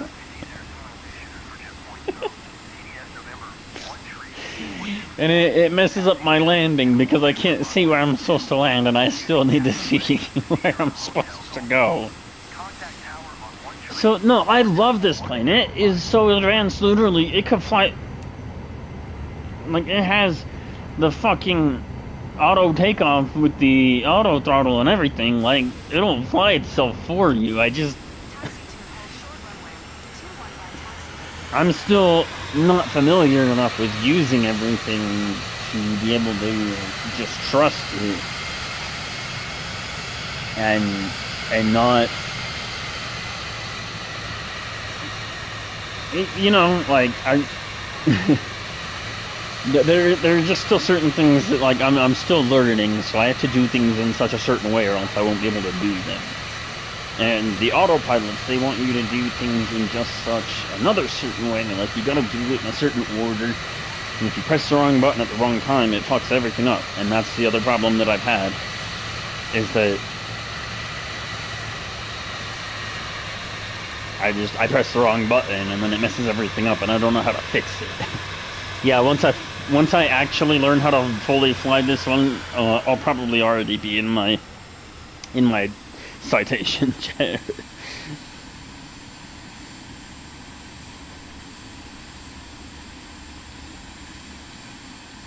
But yeah, I mean, when you do know how to use the autopilot, this thing in particular, it'll basically fly itself for you. It has auto takeoff, flight level change, like it'll do it all for you.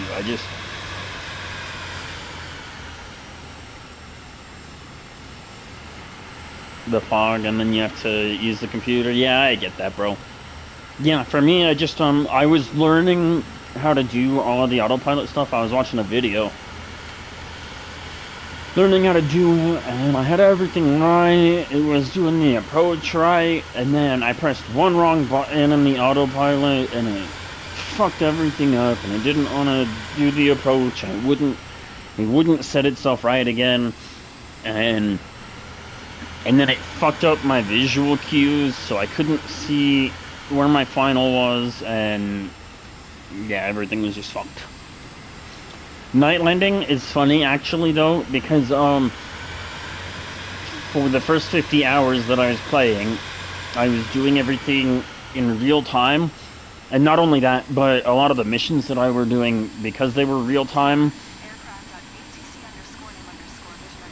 and since I was in New Mexico at the time, everything was all at nighttime. So, like, one more checks, usually take a look at my time. I've done 93 landings. Yeah, here's my total flight hours. I've done more flight hours during the day now, but initially, half of my flight hours was at night. So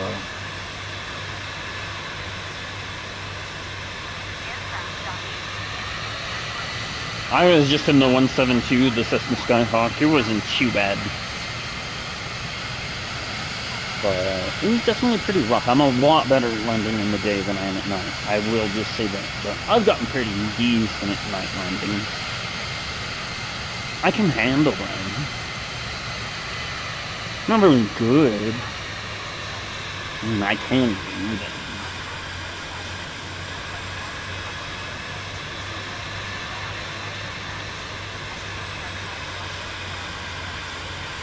Yeah, initially, like, half of my flight time is literally at night. It's only been since I learned about sim rate speed. It's only been since, like, sim rate speed that most of my stuff has been during the day. I wouldn't say that I'm good at landing. Actually, yeah, I would. I'd say I'm pretty good at landing during the day. I'm just not very great at it yet. I'm pretty decent, you know, for a beginner. I'm a lot better than a novice. I'd say I'm still pretty beginner level, so on pretty much everything, really.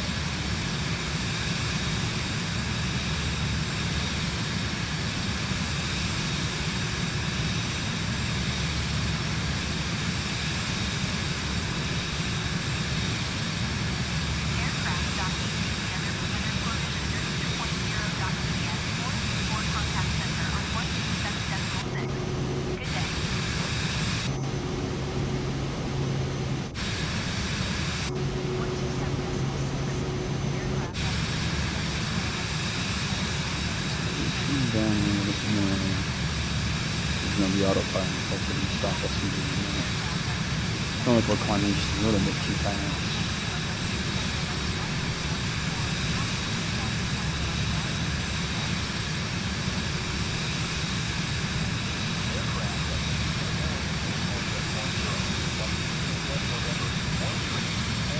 This is one of those situations where the flight director and the vertical flight navigation would be really helpful, but again, I'm just not good enough at using them. Coming right in, let's go ahead and set the altitude for a little bit though, so we can time warp.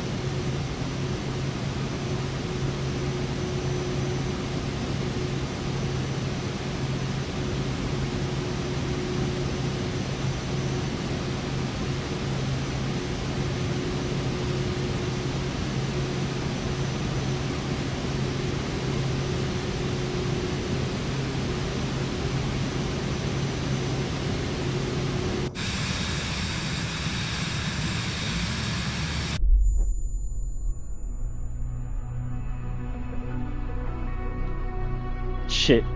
I was looking at my phone and we fucked up.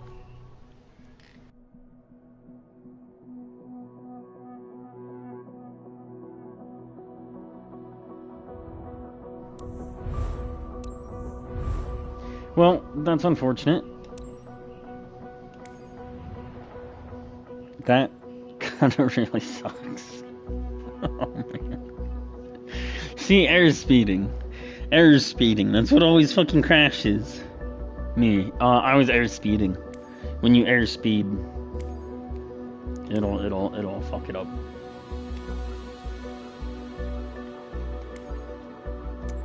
Good news is, it's not a big deal.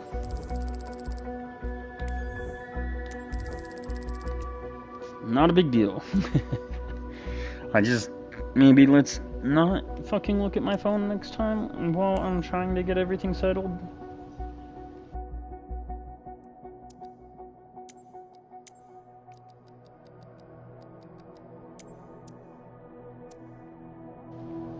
Yeah, it was just airspeeding, bro. When you go too fast, once you hit like 250 knots in this one, it just crashes.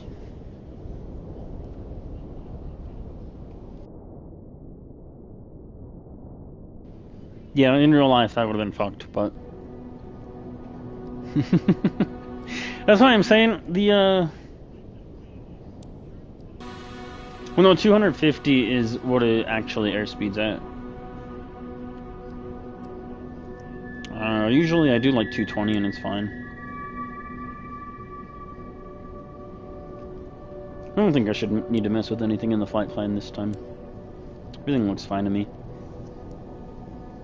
That is the one really nice thing about this aircraft, is that, yeah, when I do crash it, it's not that expensive. And that's why I much prefer this one over the fucking Grand Caravan with its medium cargo missions, because, not only that, but the cargo missions are like fucking like, to get the good ones that are like 500,000 plus, in real time, they're like 5-hour missions. It's ridiculous. Shit takes forever.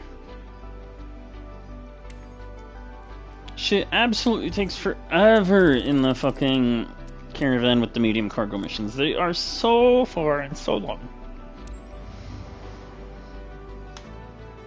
These ones are Not anywhere near as long, and they paid just about the same. Maybe not for the medium cargo missions, but... dude, I move boxes around in real life. I don't need to do that for roleplay.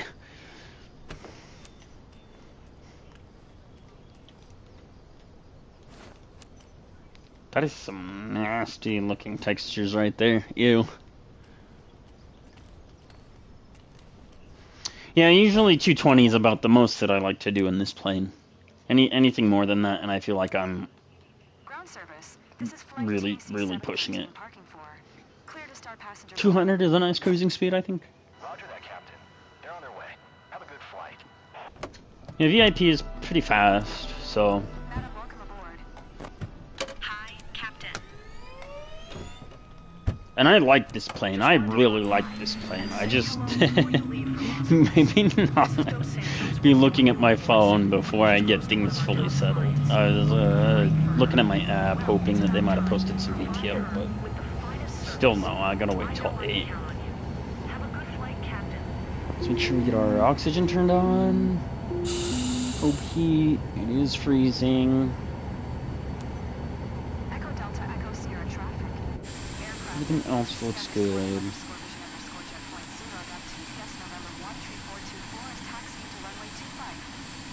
Yeah, like I said, I have tried using the flight level change and the VNAV and all of that.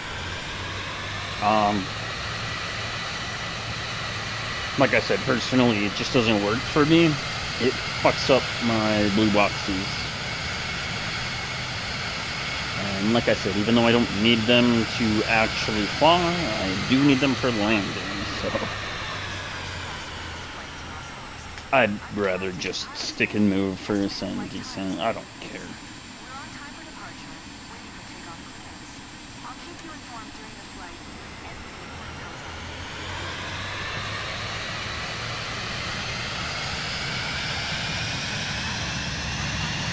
I think the Caravan is nice for offline earnings, though. You good for takeoff?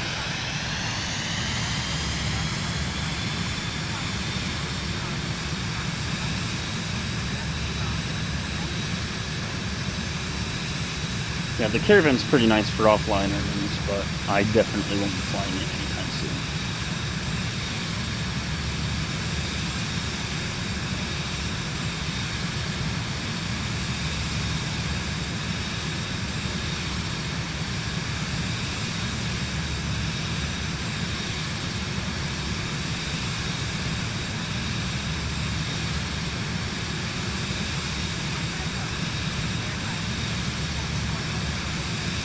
Yeah, if any of the planes are DLC planes, I definitely won't be able to use them just because I bought the standard version.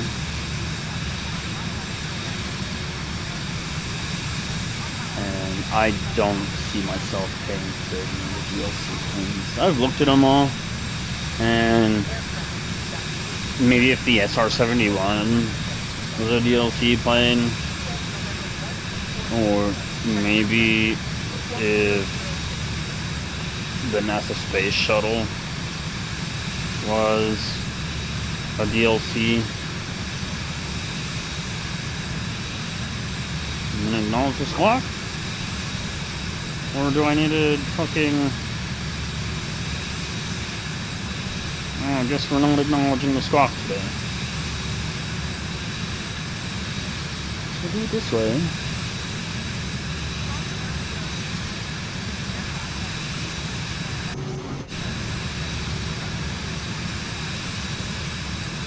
Yeah, maybe if the SR-71 was like a DLC aircraft, or if like the NASA fucking shuttle was a DLC, I'd think about paying for it, but it honestly reminds me a lot of Train Sim World 5, where pretty much you're just paying to pay. I don't know. Man, why is it being weird?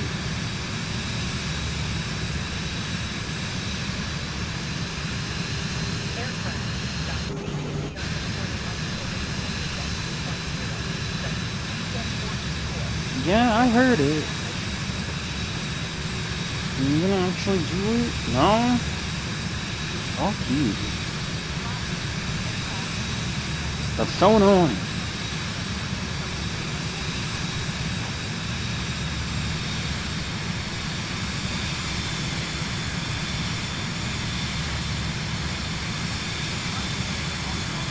Aircraft at ATC underscore underscore living underscore jet flight 09, TF November 13424, approach, QNH 1013, radar contact continued.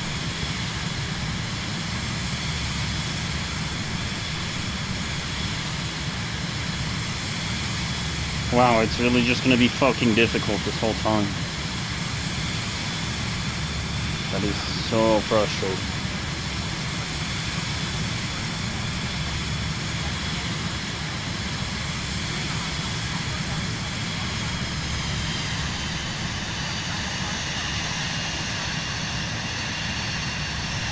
Aircraft at ATC underscore underscore living underscore jet flight 09, TF November 13424. Because usually I just press left on the D-pad and it just automatically does that shit for me, but apparently I'm gonna have to fucking hold the fucking thing to open the goddamn communications box and go into fucking cursor mode every single fucking time. For fuck's sake, that's like the most annoying part about this fucking game, all the glitches. Aircraft at ATC.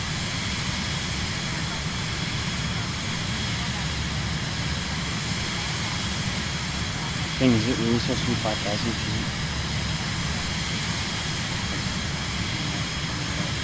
Aircraft at ATC Yeah, underscore living underscore jet flight 09. like I was saying, that's one of those parts of the autopilot that I just don't like to use because it seems to interfere with the way that I play the game too much. Oh, there it goes. Now it's letting me squawk with the fucking button.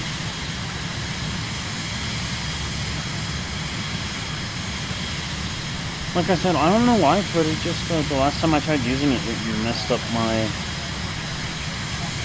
visuals, and I really hate them. Should have throttled on down so we don't fucking overspeed. Down to 5,000 feet.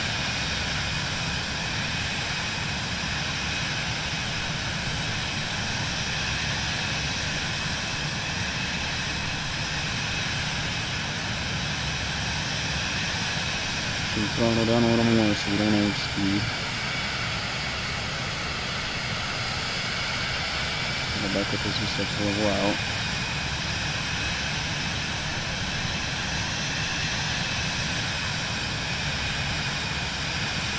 Gotta listen a little bit more. I was hoping we'd stay above the clouds, but apparently not.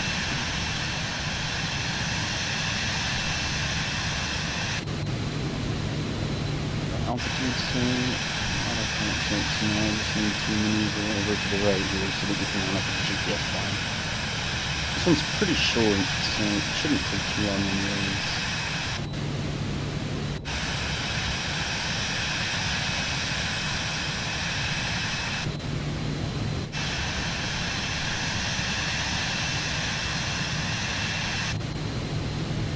A little bit further and then we should be able to set the GPS.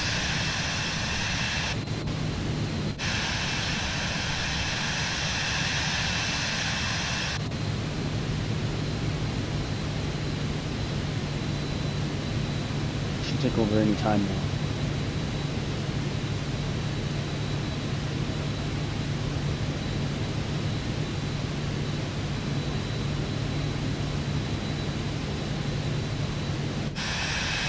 Building more proper planes.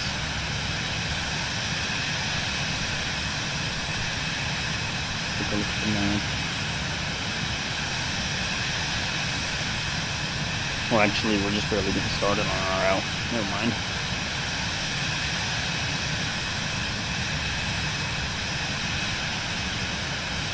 Don't know why I thought that waypoint was the first waypoint, like, to the end, but...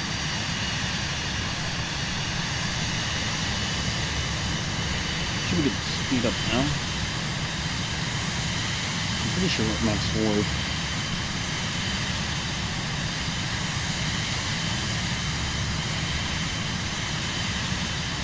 No, here's max warp.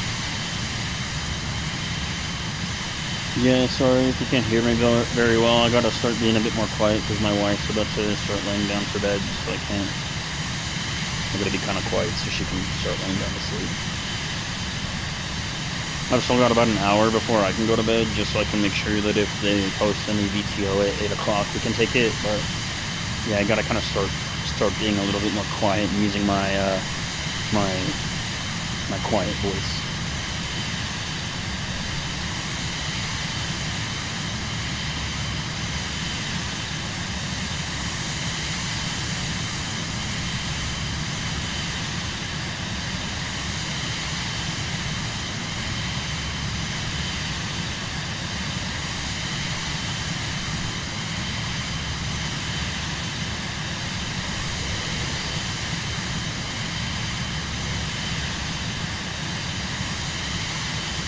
Okay.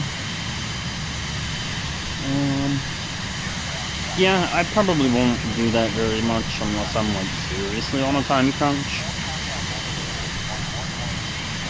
Maybe if I ever tried playing, like, during my lunch break or something at work.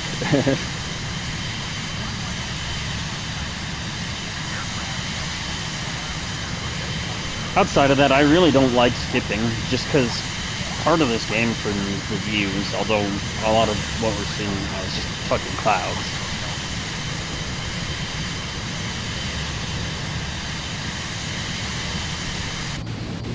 Pretty much all that we're seeing right now is just clouds.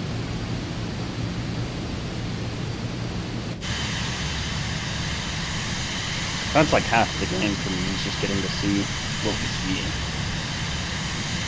Just sucks it's all clouds. Oh, there's a river.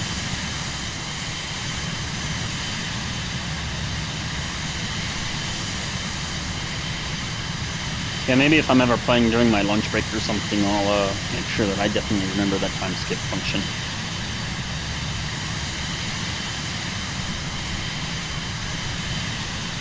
Maybe we're playing missions. That makes sense. I'll have to remember that for sure.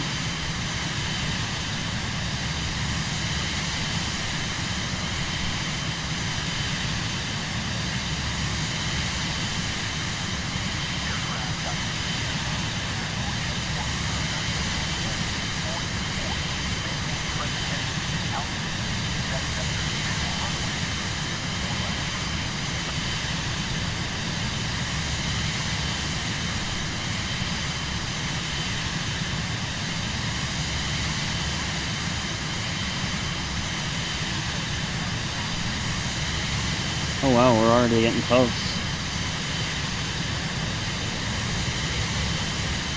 This one really was a short one.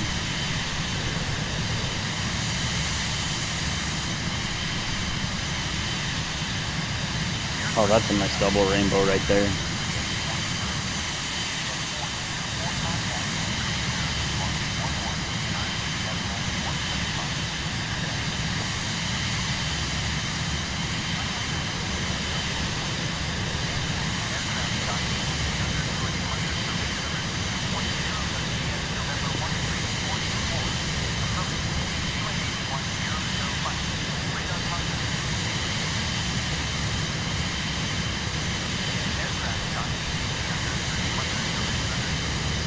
When else would I have time to drink my beer either, though? If I was constantly skipping all the flying. Gotta have time to drink my beer.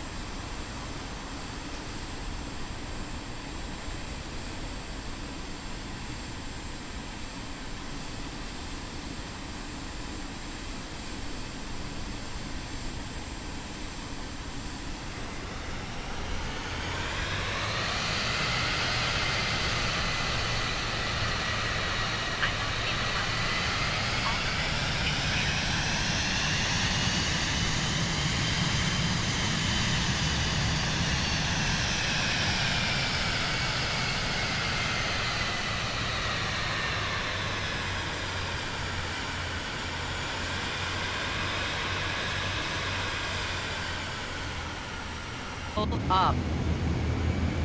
500. Sink rate. Sink.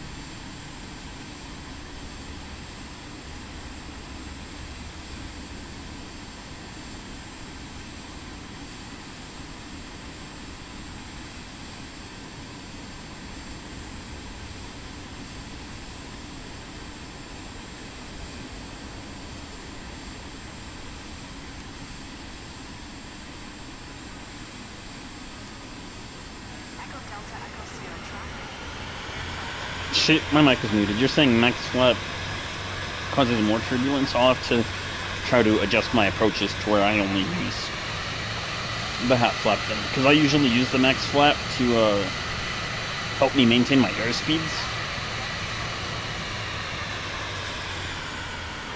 So I'll just have to adjust my approaches so that way I don't need to use it for airspeeds. Or at least to switch them back over once I get to the airspeed that I want to be at anyways.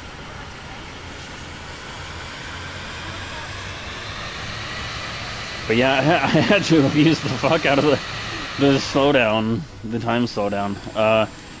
Generally, I think that's my advice to you. If you struggle with landing, is use the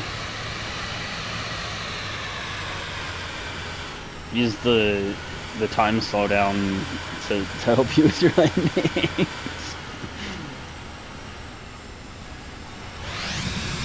Oh god!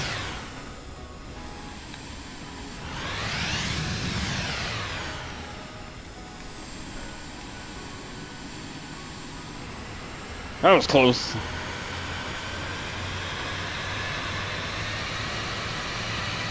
Yeah, definitely don't do like what I do and use max speed for taxi, because if you're lucky, all you'll do is drift the fucking plane. Oh, that was crazy. I drifted the fucking plane. Ooh, that was scary. I'm getting a fucking airspeed on my instruments of fucking 30 knots, and that's like taxi speeding. I know that it's because of the wind, but trying not to go too fast, but not too slow either.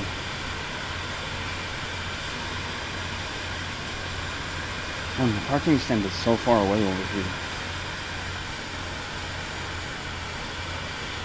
I probably could just skip to shutdown and it wouldn't cost me very much, but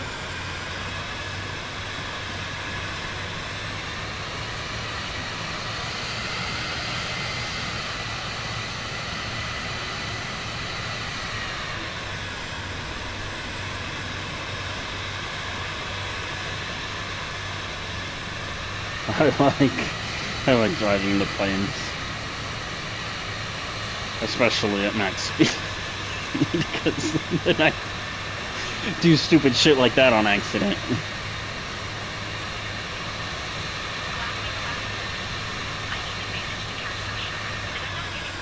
Oh man, that was way too close. Gotta be more careful next time. No plane drifting. That's not fun.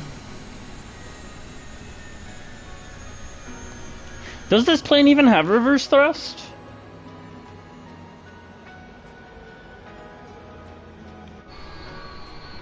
The only plane that I've had that has reverse thrust on it that I've seen is the Grand Caravan.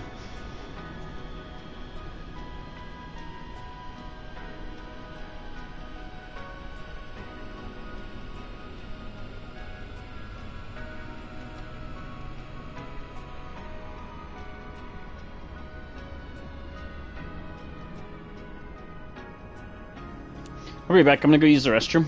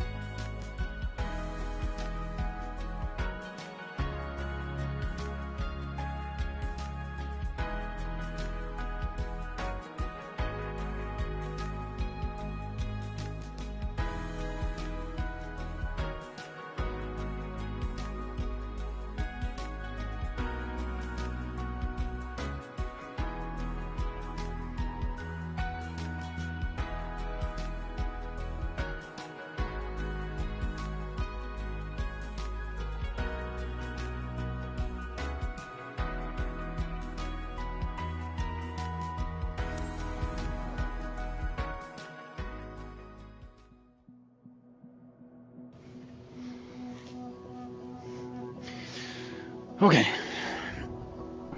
Oh, it's kind of cold in here. 300k? That ain't bad. Especially considering that I fucking crashed in my last one, so...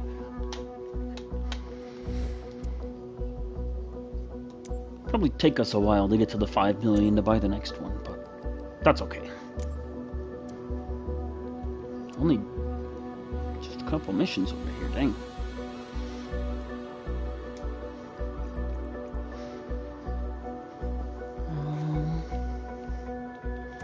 I'm curious. Missions over here look like fucking just as bad.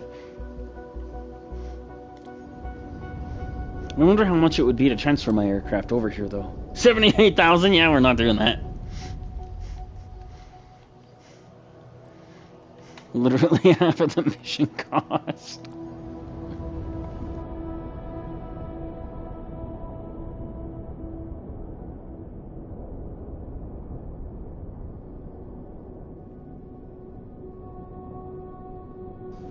Oh man, it's actually really cold in here. I might have to go adjust the air conditioning.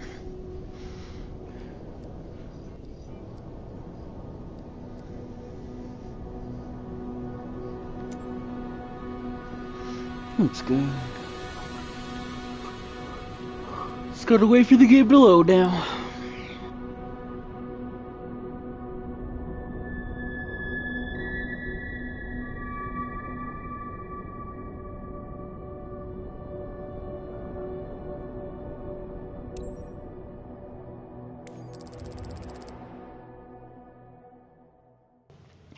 I'm almost certain that little ground maneuver that I pulled probably damaged something, though.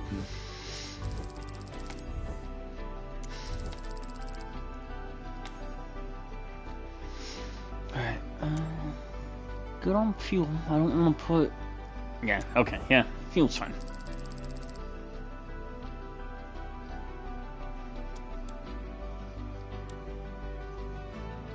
Yeah, I'm just doing the freelance missions. I am doing the freelance, right? Yeah. It says Telemercorp. That's my plane. Yeah, it should be just doing the freelance missions. But yeah, I only do the company missions when I'm out of money and can't afford to transfer my planes around. Oh damn, it's raining. That's snow too. Sleep. Snow showers. Yeah, it's a snow shower, that's what it's called. Damn. It's gonna be some rough weather. I can hear it above me too.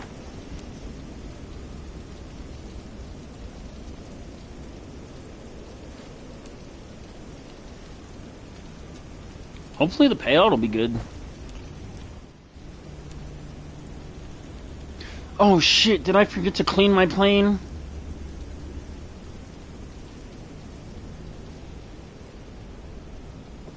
This is in Europe, actually. Ground service, hi. This is flight TCA 10 parking 1. Please begin passenger boarding. Yeah, hopefully the passengers won't comment on how dirty my plane is.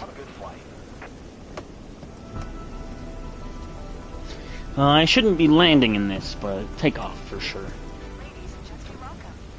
Hi, Captain. Okay, maybe I want to close doors and stuff? Okay, yeah, there we go. Just wanted to drop by and say hello before you leave for Contwig. Madam Niece will join you on board soon. She's Oxygen's on. Hope. Well, it's about time. Provide her with the finest service. IFR, let's turn our lights on. Have a good flight, Captain. 31 degrees, let's go ahead and turn our anti-ice on as well. And we want to make sure that we do our fuel initialization. Make sure the plane knows how much fuel we have.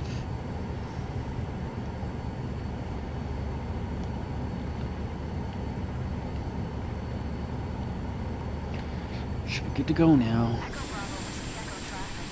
Aircraft at ATC underscore. Make sure that we have flaps. TS November 13424 is taxiing to runway 25. Echo Bravo, Whiskey Echo. That's good.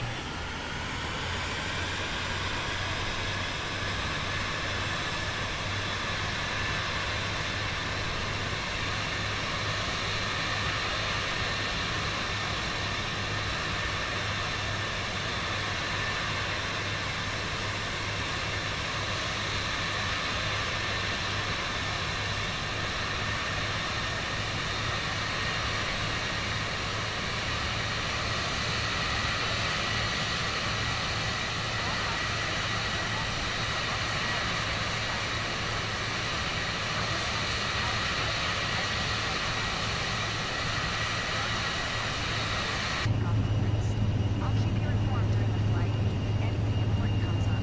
Thank you. Yeah, I know that if I set the altimeter knob and all that, yeah.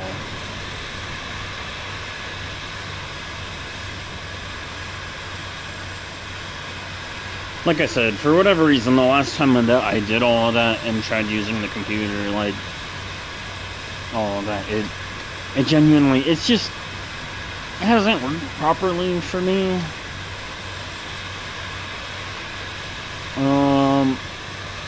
With everything. I don't know, certain things just, it gives me certain issues that I just don't want to deal with, so.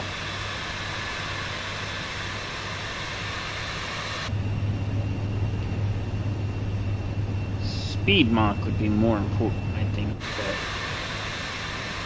even that, I'm not too worried about. I don't care.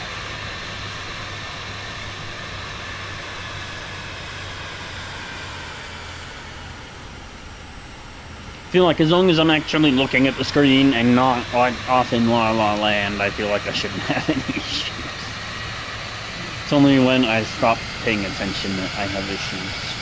Even then, you know, I mean, depending on how long the flight is, I totally could watch a movie or a TV show. I mean, back when I was doing everything in real time because I didn't know about the time sim rate, I mean, I would watch movies and TV shows and stuff, and it'd be fine. I had to pay attention. I can't be in La La Land.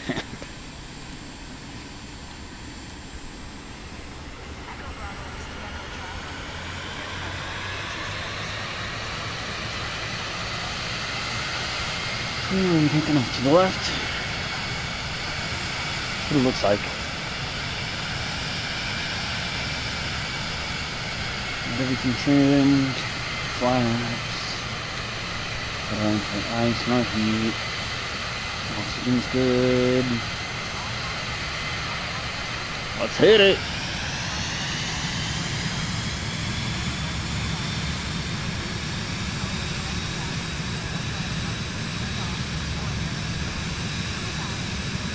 Yeah, I'll probably focus on learning when I'm not quite on a time crunch. I'm not on a time crunch, but I do only have an hour, so I mean, a little bit. I just don't have time right now. Really my only thing.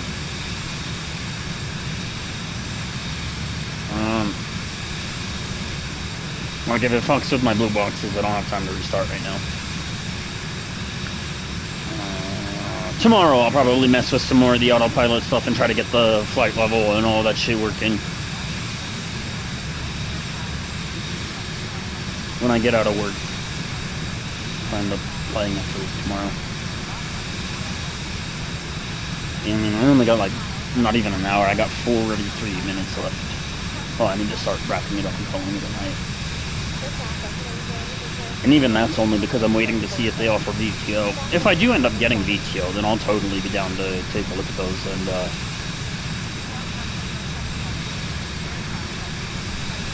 thank you, bro. I appreciate it. I appreciate the help all the same, you know. Don't get me wrong. I do appreciate the help. I'm just, yeah. I'm on a time crunch right now. I don't have time to mess with that shit.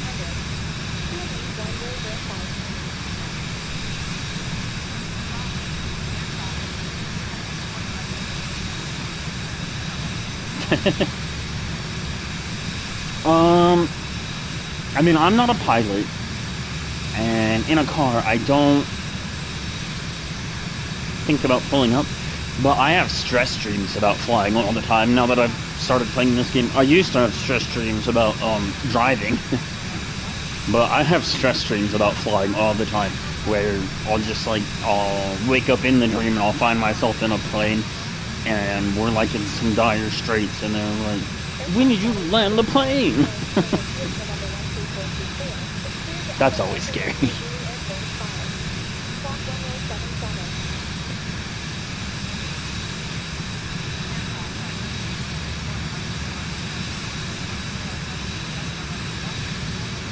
Yeah, I'll probably take some time to try to mess with it tomorrow once I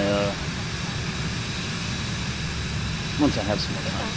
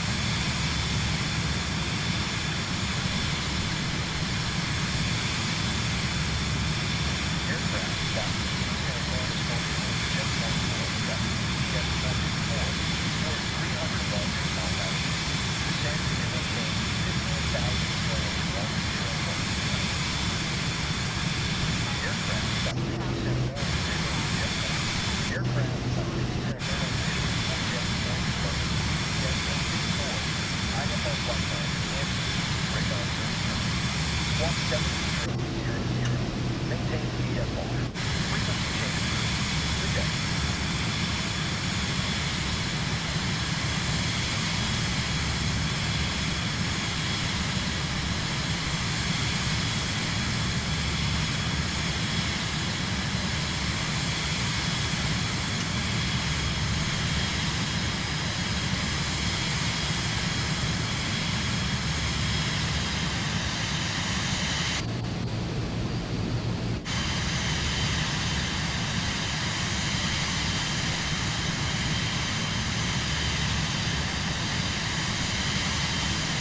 Yeah, something happened to my visuals again.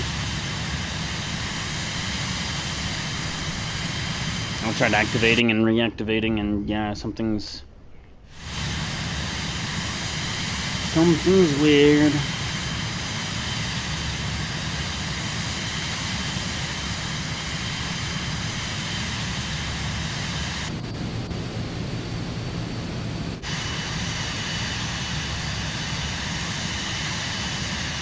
Something got fucked with my GPS too, though, so...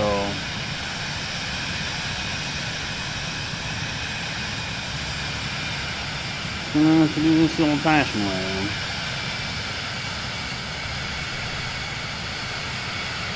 See, that's why I don't like using the autopilot very much. Outside of the 3 buttons that I have bound with the master, the altitude, and the GPS, because even those don't like to work right sometimes. I'm pretty sure we're going the right way, though.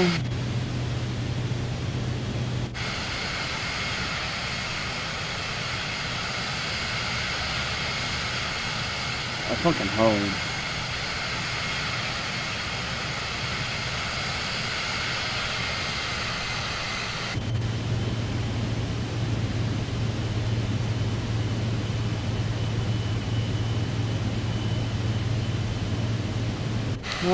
Well, the button that I have set for it, it holds the current altitude, so it actually doesn't... It'll just hold whatever my current altitude is, but for whatever reason, the GPS is, like, super fucked. Something happened in that last corner because they wanted me to drop down, like, 300 feet, and the air traffic control was giving me fucking instructions, and... something happened with the autopilot in that last corner.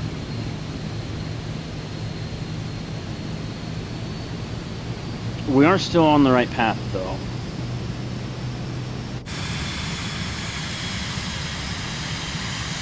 As long as I just follow the path, we should be good.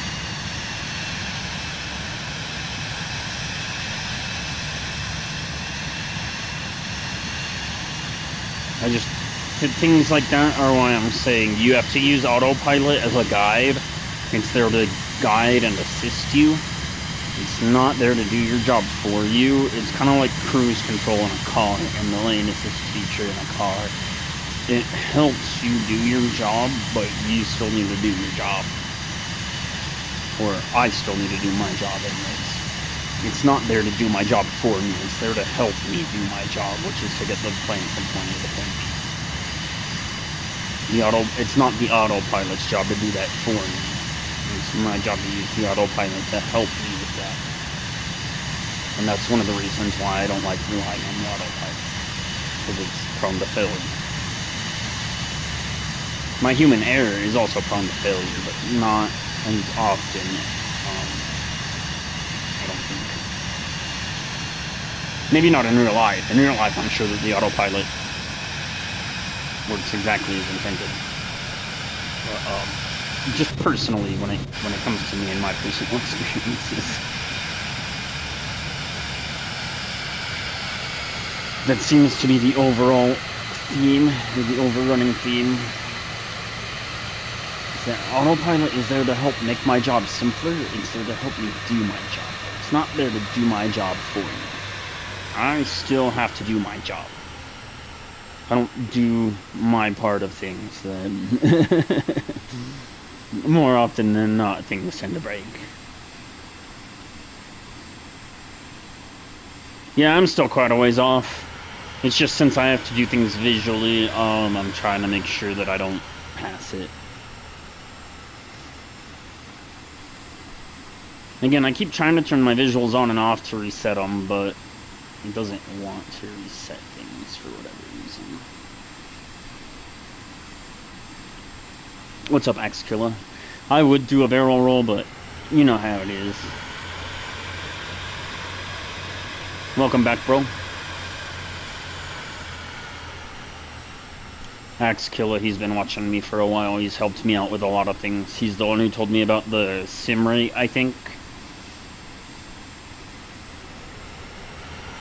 Definitely saved me a lot of time for that.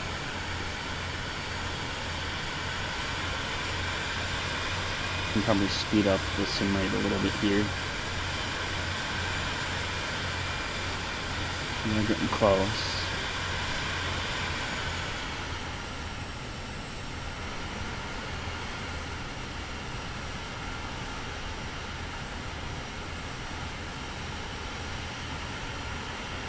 I think I got time for one more after this before I gotta go to bed. I'm still waiting 30 minutes to see if I can take tonight off, so. I just need to make sure I actually have my phone out and the app open when it's tending.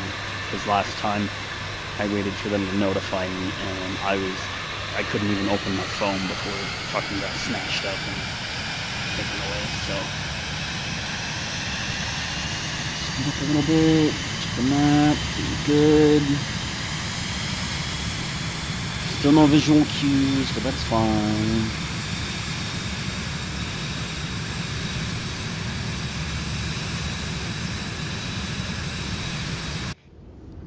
The pause button, yeah, still not showing the route, but I see our arrival way over there now, so I kind of know which way to go. Let's make sure we're trimmed down.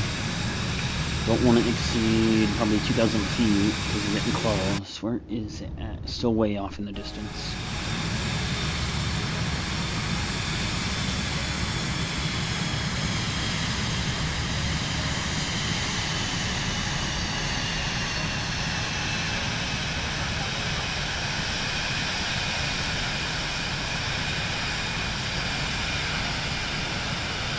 I don't even see the runway yet, so I might need to circle around. Still way over there. Probably hit the sim rate one time. Let's hit it twice. Because it's still like way over there, right?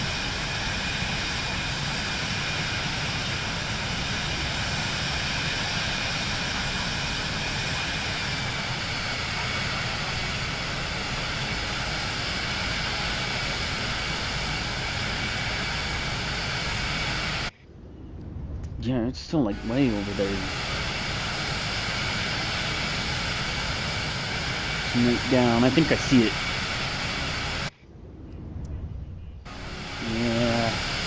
Yeah, I see it. Get those gears down. And still get my half power. Let's get our first flaps put down though. I'm doing a medium in the Caravan, nice, but I will never do mediums in the Caravan ever again. Good luck though.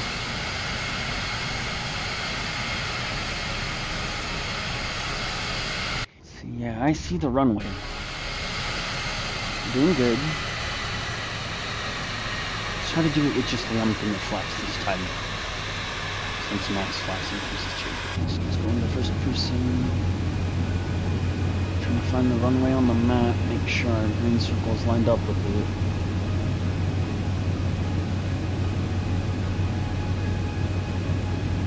Doing good. Power a little more. A little more. A little more. Power down. Got a nice long runway, so we don't gotta worry about that. Just make sure we make this as smooth as possible. Are we in real speed? Yeah, that's real speed.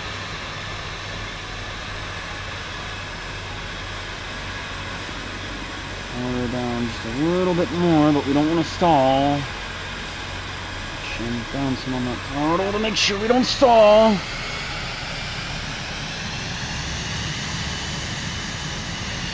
Okay, power down. Flare. Flare. Flare. Flare. Nice long runway. Keep it nice and slow. Flare. Touchdown. A little bit of touch and go. That's okay.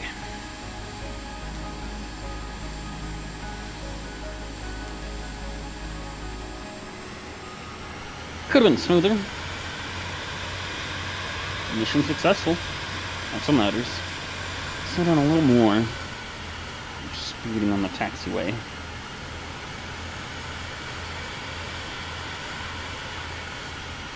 Drop the throttle just a little more so we aren't accelerating, and now I can hit the warp speed.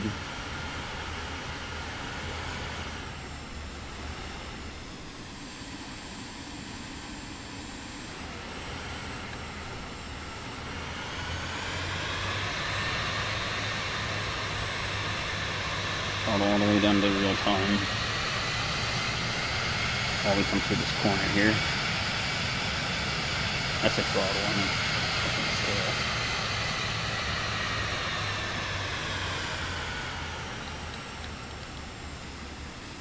And then once we get our approval to push to the parking point, we can go and hit warp once we move again. Where's the parking stand though?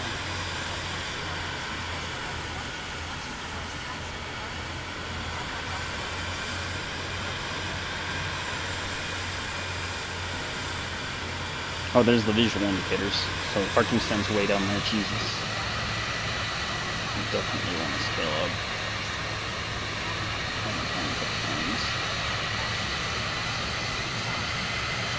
Make sure we're not speeding though. We really don't want to drift the plane again.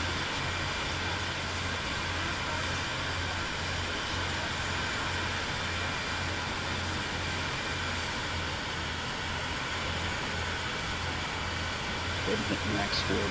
Make sure we don't throttle too much because I don't want to speed.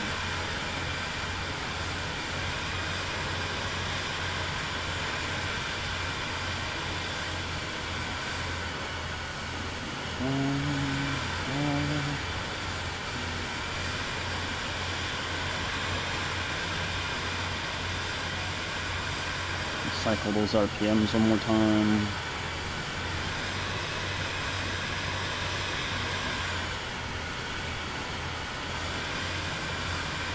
Don't want to speed.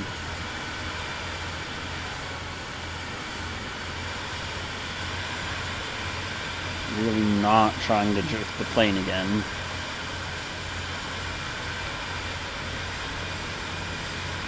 Yeah, you missed it, X-Killer.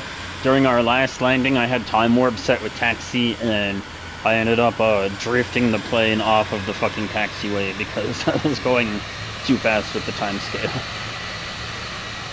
That was scary.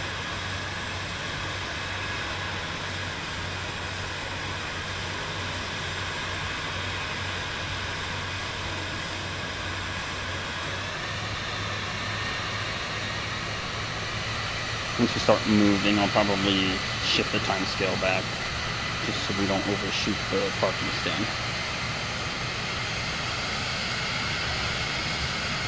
Hmm, 20 minutes until they usually post the VTO, so hopefully I'll get to take tonight off. Let's hit the parking brake.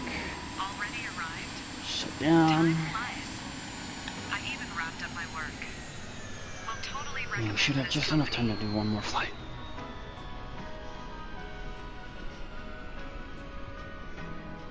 I think I attribute today's successes to the fact that I only had 4 beers to drink instead of 12.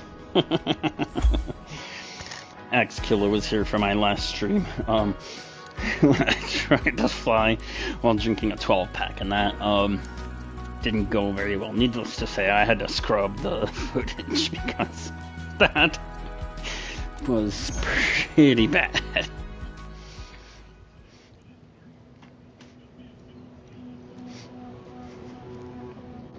Yeah, don't try to fly while drinking a 12-pack. That's recipe for disaster.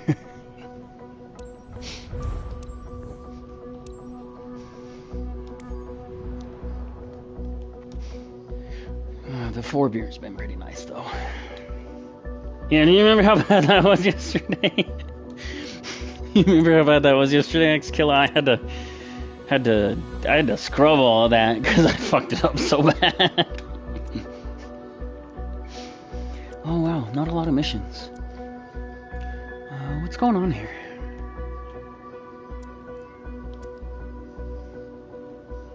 Sometimes it doesn't like to refresh sometimes. What we got going on over here? Yeah, be literally half the flight just to fucking transfer. Yeah, I guess it will just have to fucking do this one. It's not worth very much, but it's pretty short. Hopefully they'll refresh by the time I come back tomorrow. Or if I do manage to get the night off, hopefully they'll refresh. If not, I'll just pay for the transfer. I heard something about the missions not refreshing if you're not on live time though, so yeah, I just wonder if something's up with the mission refresh, because I should have had like 2 or 3 more. That's okay. Like I said, this one ain't worth a lot, but it's pretty short, so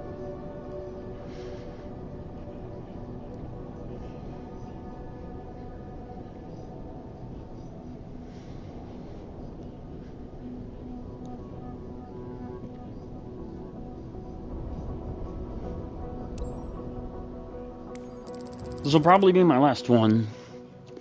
Like I said, unless I do manage to get tonight off, in which case we'll just keep flying, but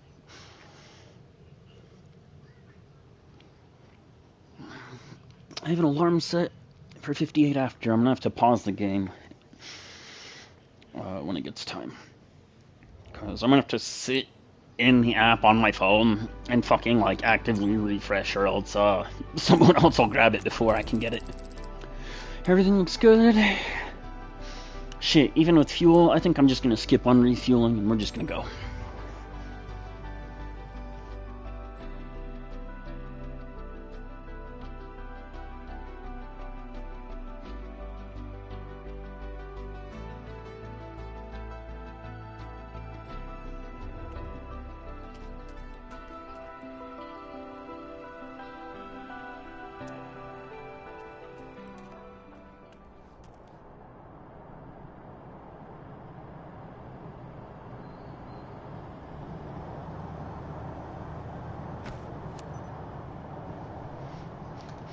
Oh yeah, I bet the weather sucks, bro.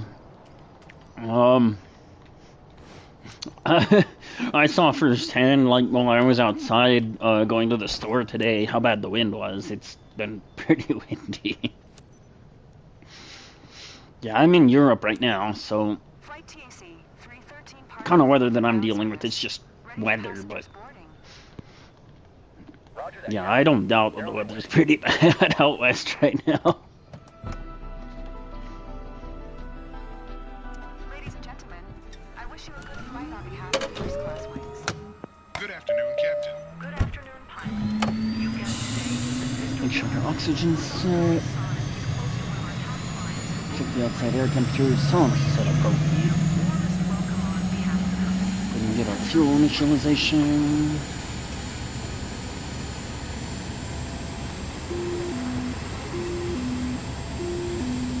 Is the door and baggage still open? I thought that should shut automatically. I guess it didn't close this time. I think what we do, that.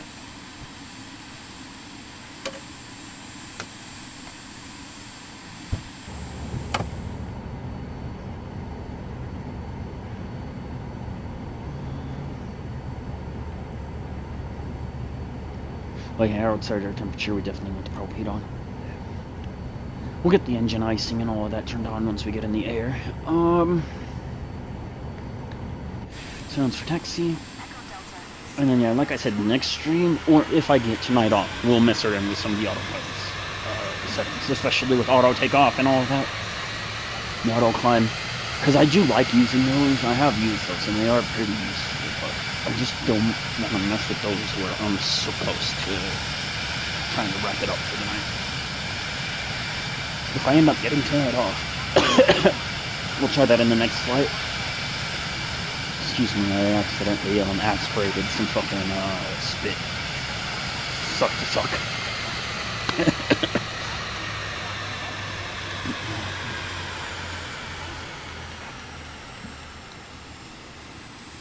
Yeah, no worries, bro.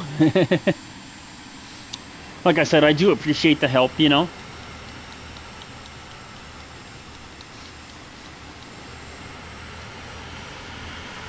If it wasn't for you guys telling me how to do certain things, I wouldn't know how to advance time. There are actually a couple of autopilot buttons that I learned how to set because of you guys also. So, you know, the autopilot master, the GPS, and the altitude, I learned that from you guys too, so.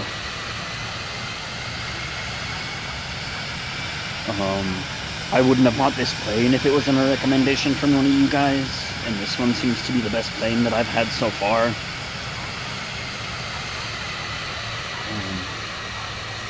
Yeah, I do appreciate you guys' input. I hope you don't. I do appreciate you. I just, like I said, I'm on a time crunch, so I gotta do things the way that I know how, or else we won't get things done in time. Once I have a bit more time, I can mess with things that you guys have pointed out to me. Just gotta wait until I have more time. It's always time. Never have enough of it. Never have enough of it.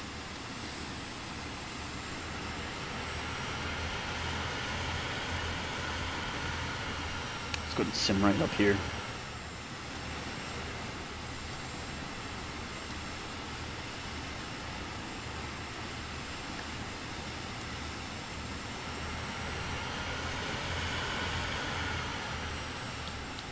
Yeah, I'm just gonna save for the citation.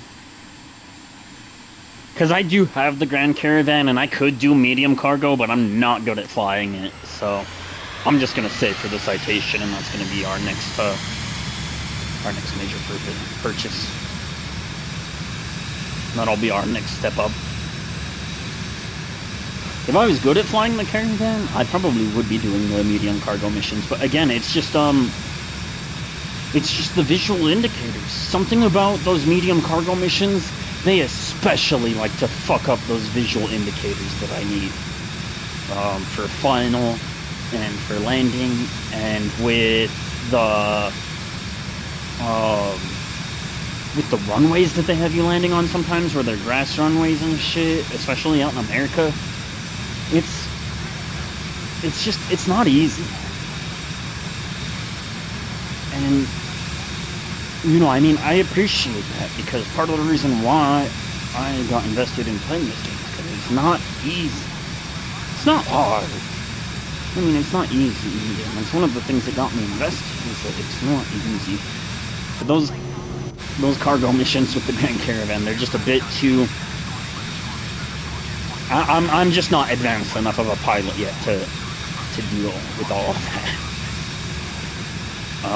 Right now, I'm still just learning things.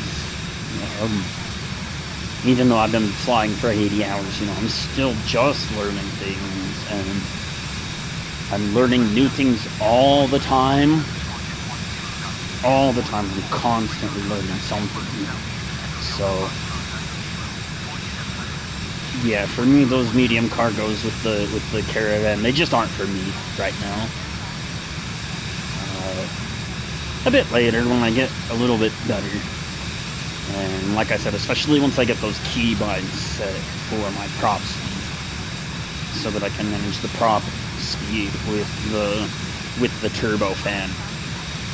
You know, I'll get a bit better at it, and it'll be better at the time. But or never is fine. But yeah, for now, I'm kind of just looking for ease of access, stuff that I'm learning how to do new things, and it's teaching me how to do the things that are important, but it's not so hard that I'm gonna get frustrated and rage quit because I'm on a 30-minute time crunch, you know what I mean? And that's the other thing. If I wasn't on the time crunch because of work,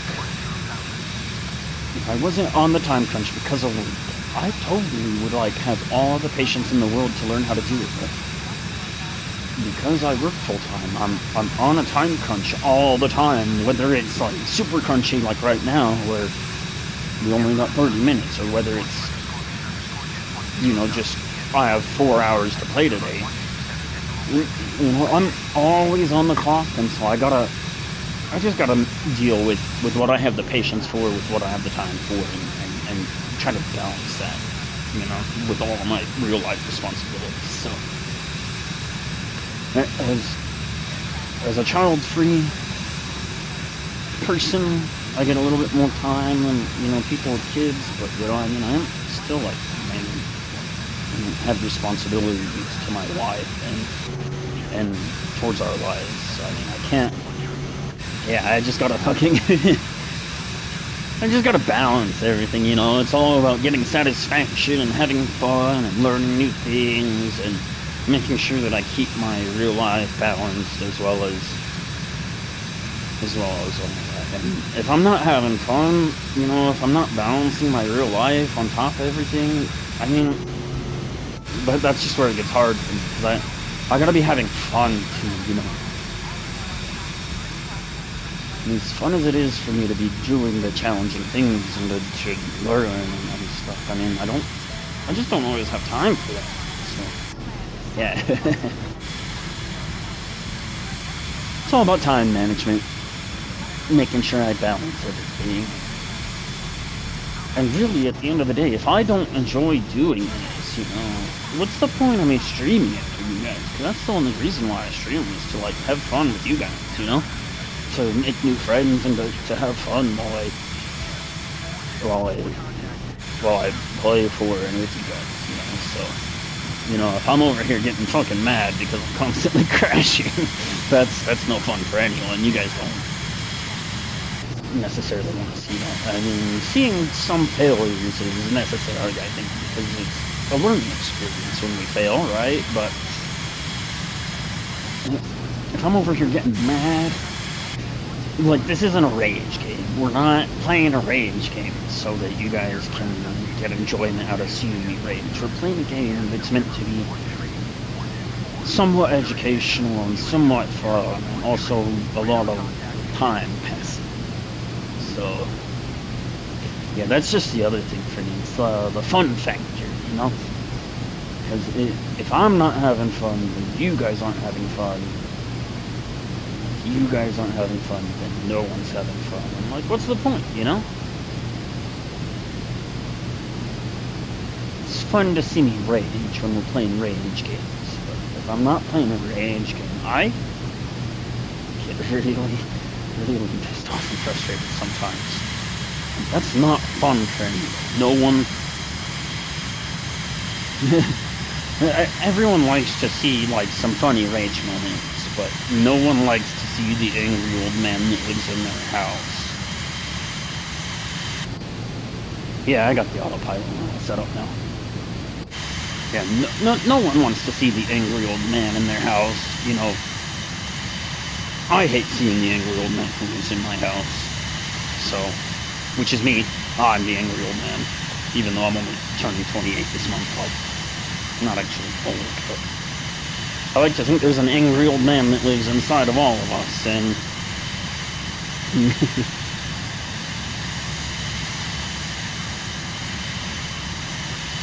no, like I said, when it's proper rage bait, that is fun. When it's proper rage bait, that's fun. But when I get, like, there's just a level of rage and anger that is not fun for anybody to see, because it's like it's not fun. That's all. When it's a proper rage quit, that's fun and that's funny and like that's enjoyable. And when I'm properly getting pissed off and mad, like no one wants to see that. That's not fun to watch. Really just sad. So yeah, we just gotta balance our fun factor with our rage factor.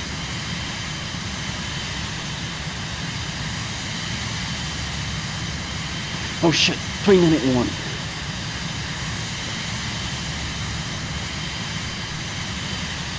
You can actually scale the time back. And I won't have to pause. Shit, 3-minute warning. I'll get my lifespan open so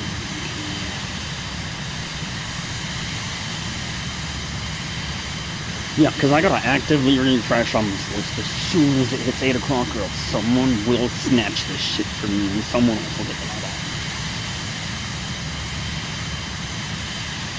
Still got about 120 seconds. Let's go ahead and speed up for a minute. I gotta keep a close eye on time.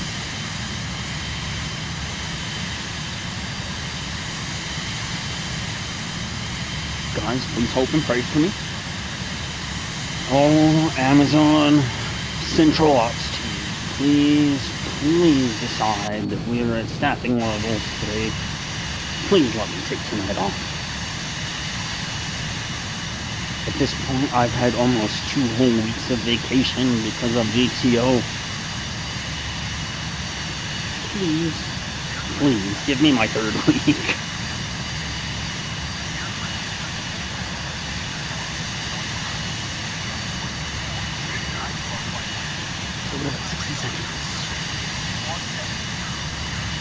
Or do I reckon the best place to fly is? Like I said, I really love it. Midwest America.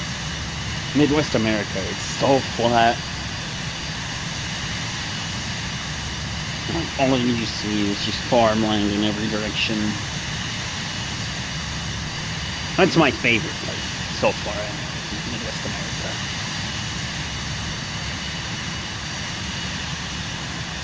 Kind of where I set my initial base and where most of my missions are available at. I've been really enjoying my time here in Europe too, though. I like the mountains out here.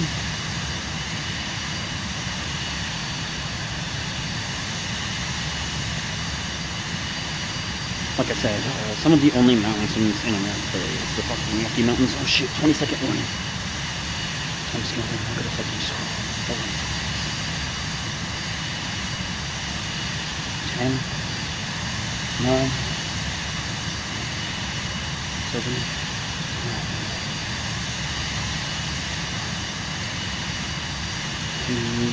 Please. Come on. Oh, did I get it? Did I get it?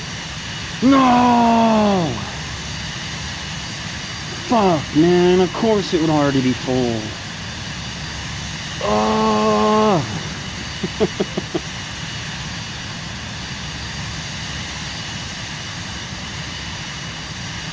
See, if I'm not actively scrolling, they take it. They take it. Oh wait, did she get it? No way.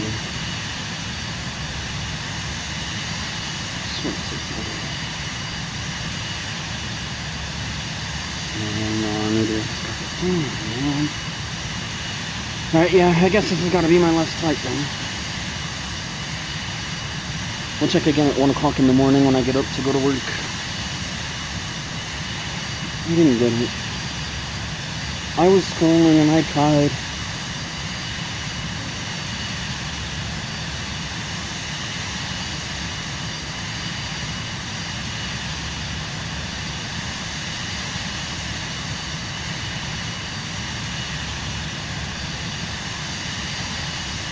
Yeah, I guess I have to work tonight, so this is gonna have to be my last flight.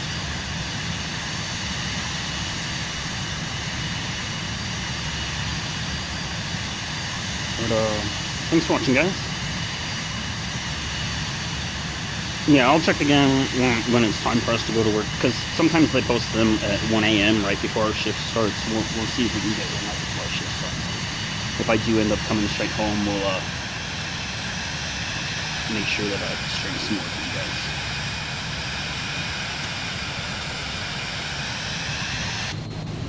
Yeah, unfortunately, gonna have to wrap it up now. Yeah, thanks for watching, guys. I really appreciate you guys watching, and Tyler, I especially really appreciate the help. Especially with my next plane that I'm supposed to get.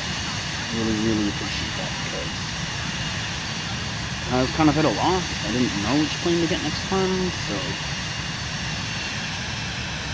really appreciate you giving me a goal.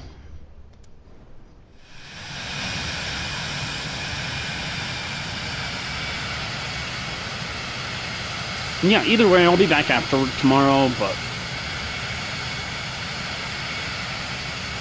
it'll be at least 12 hours from now, so. Yeah, if you wanna show up sometime tomorrow when I'm streaming, dude, I would really appreciate your help with the autopilot then, because I know mostly how to work it. I watched a couple of videos, so I know mostly how to work it. And I'm pretty good at it in this plane. Like I said, I've just been having some issues getting things to work properly, so.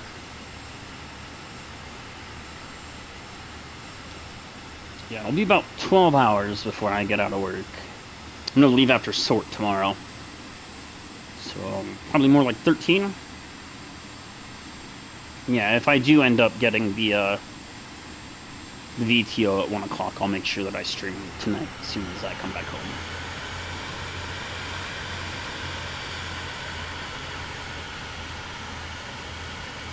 Get those landing gear put out, power up through the corner.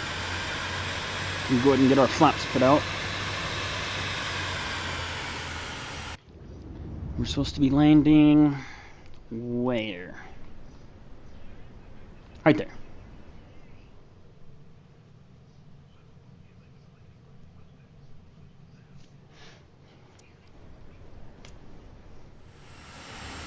I'm not feeling well. All of this is scary. Power through the corner.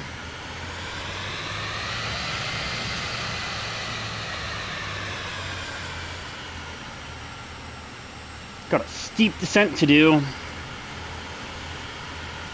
Let's go to an S around. Power up.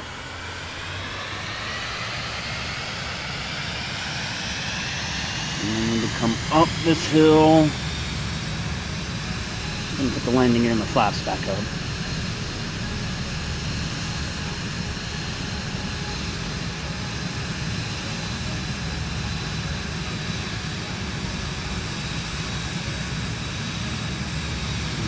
As long as we keep our airspeed down, we can power down. Landing gear back out now and get our flaps down again. Make sure we don't crash into this hill. Power through the corner, but make sure that we keep dropping airspeed. Oh yeah, that's much better. Yeah, I know it's scary, bro. It's just because we're doing our landing. Don't worry, bro. Power up just a little bit. Trim down, turn the autopilot off again.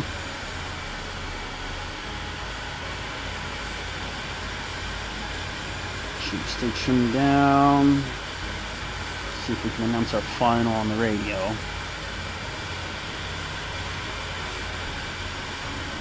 Still not. There we go. At least we got to do our ATC stuff this time.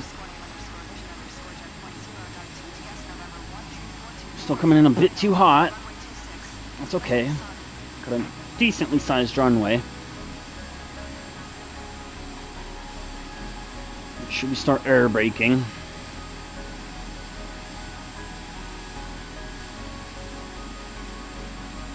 Air brake some more. We might be coming in way too hot. Hit the parking brakes.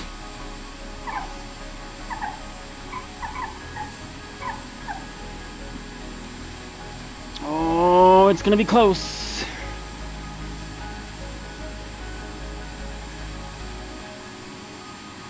Oh, it's gonna be real close. Ah, but we did it. Another successful landing. Nice.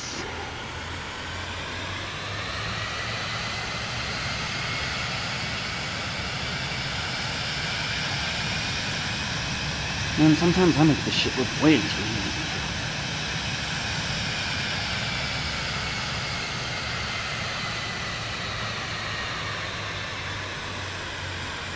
Thanks, bro. I appreciate that.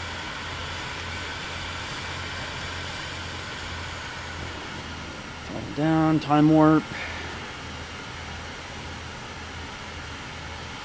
Up, time to scoot down.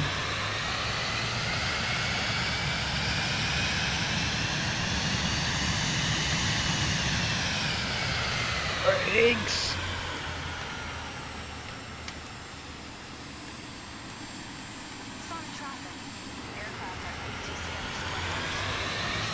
Alright. Yeah. Like I said, I'm gonna wrap it up now. Yeah, if I get the detail at 1 o'clock, I'll be back as soon as I get out of work. If not, I'll be back as soon as I get home. If not, I'll be back after I get out of work. Hope you guys sleep well, have a good day. All that good shit. Yeah, I'll catch you guys next time. Peace.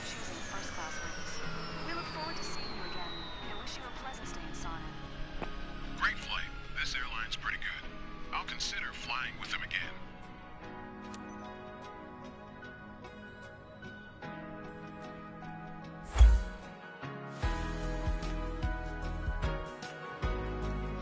I think in our next stream I might just pay the transfer fee and do some Midwest flights. Of course the customer satisfaction was low. Well, I can go eat a cock. And by that I mean a chicken.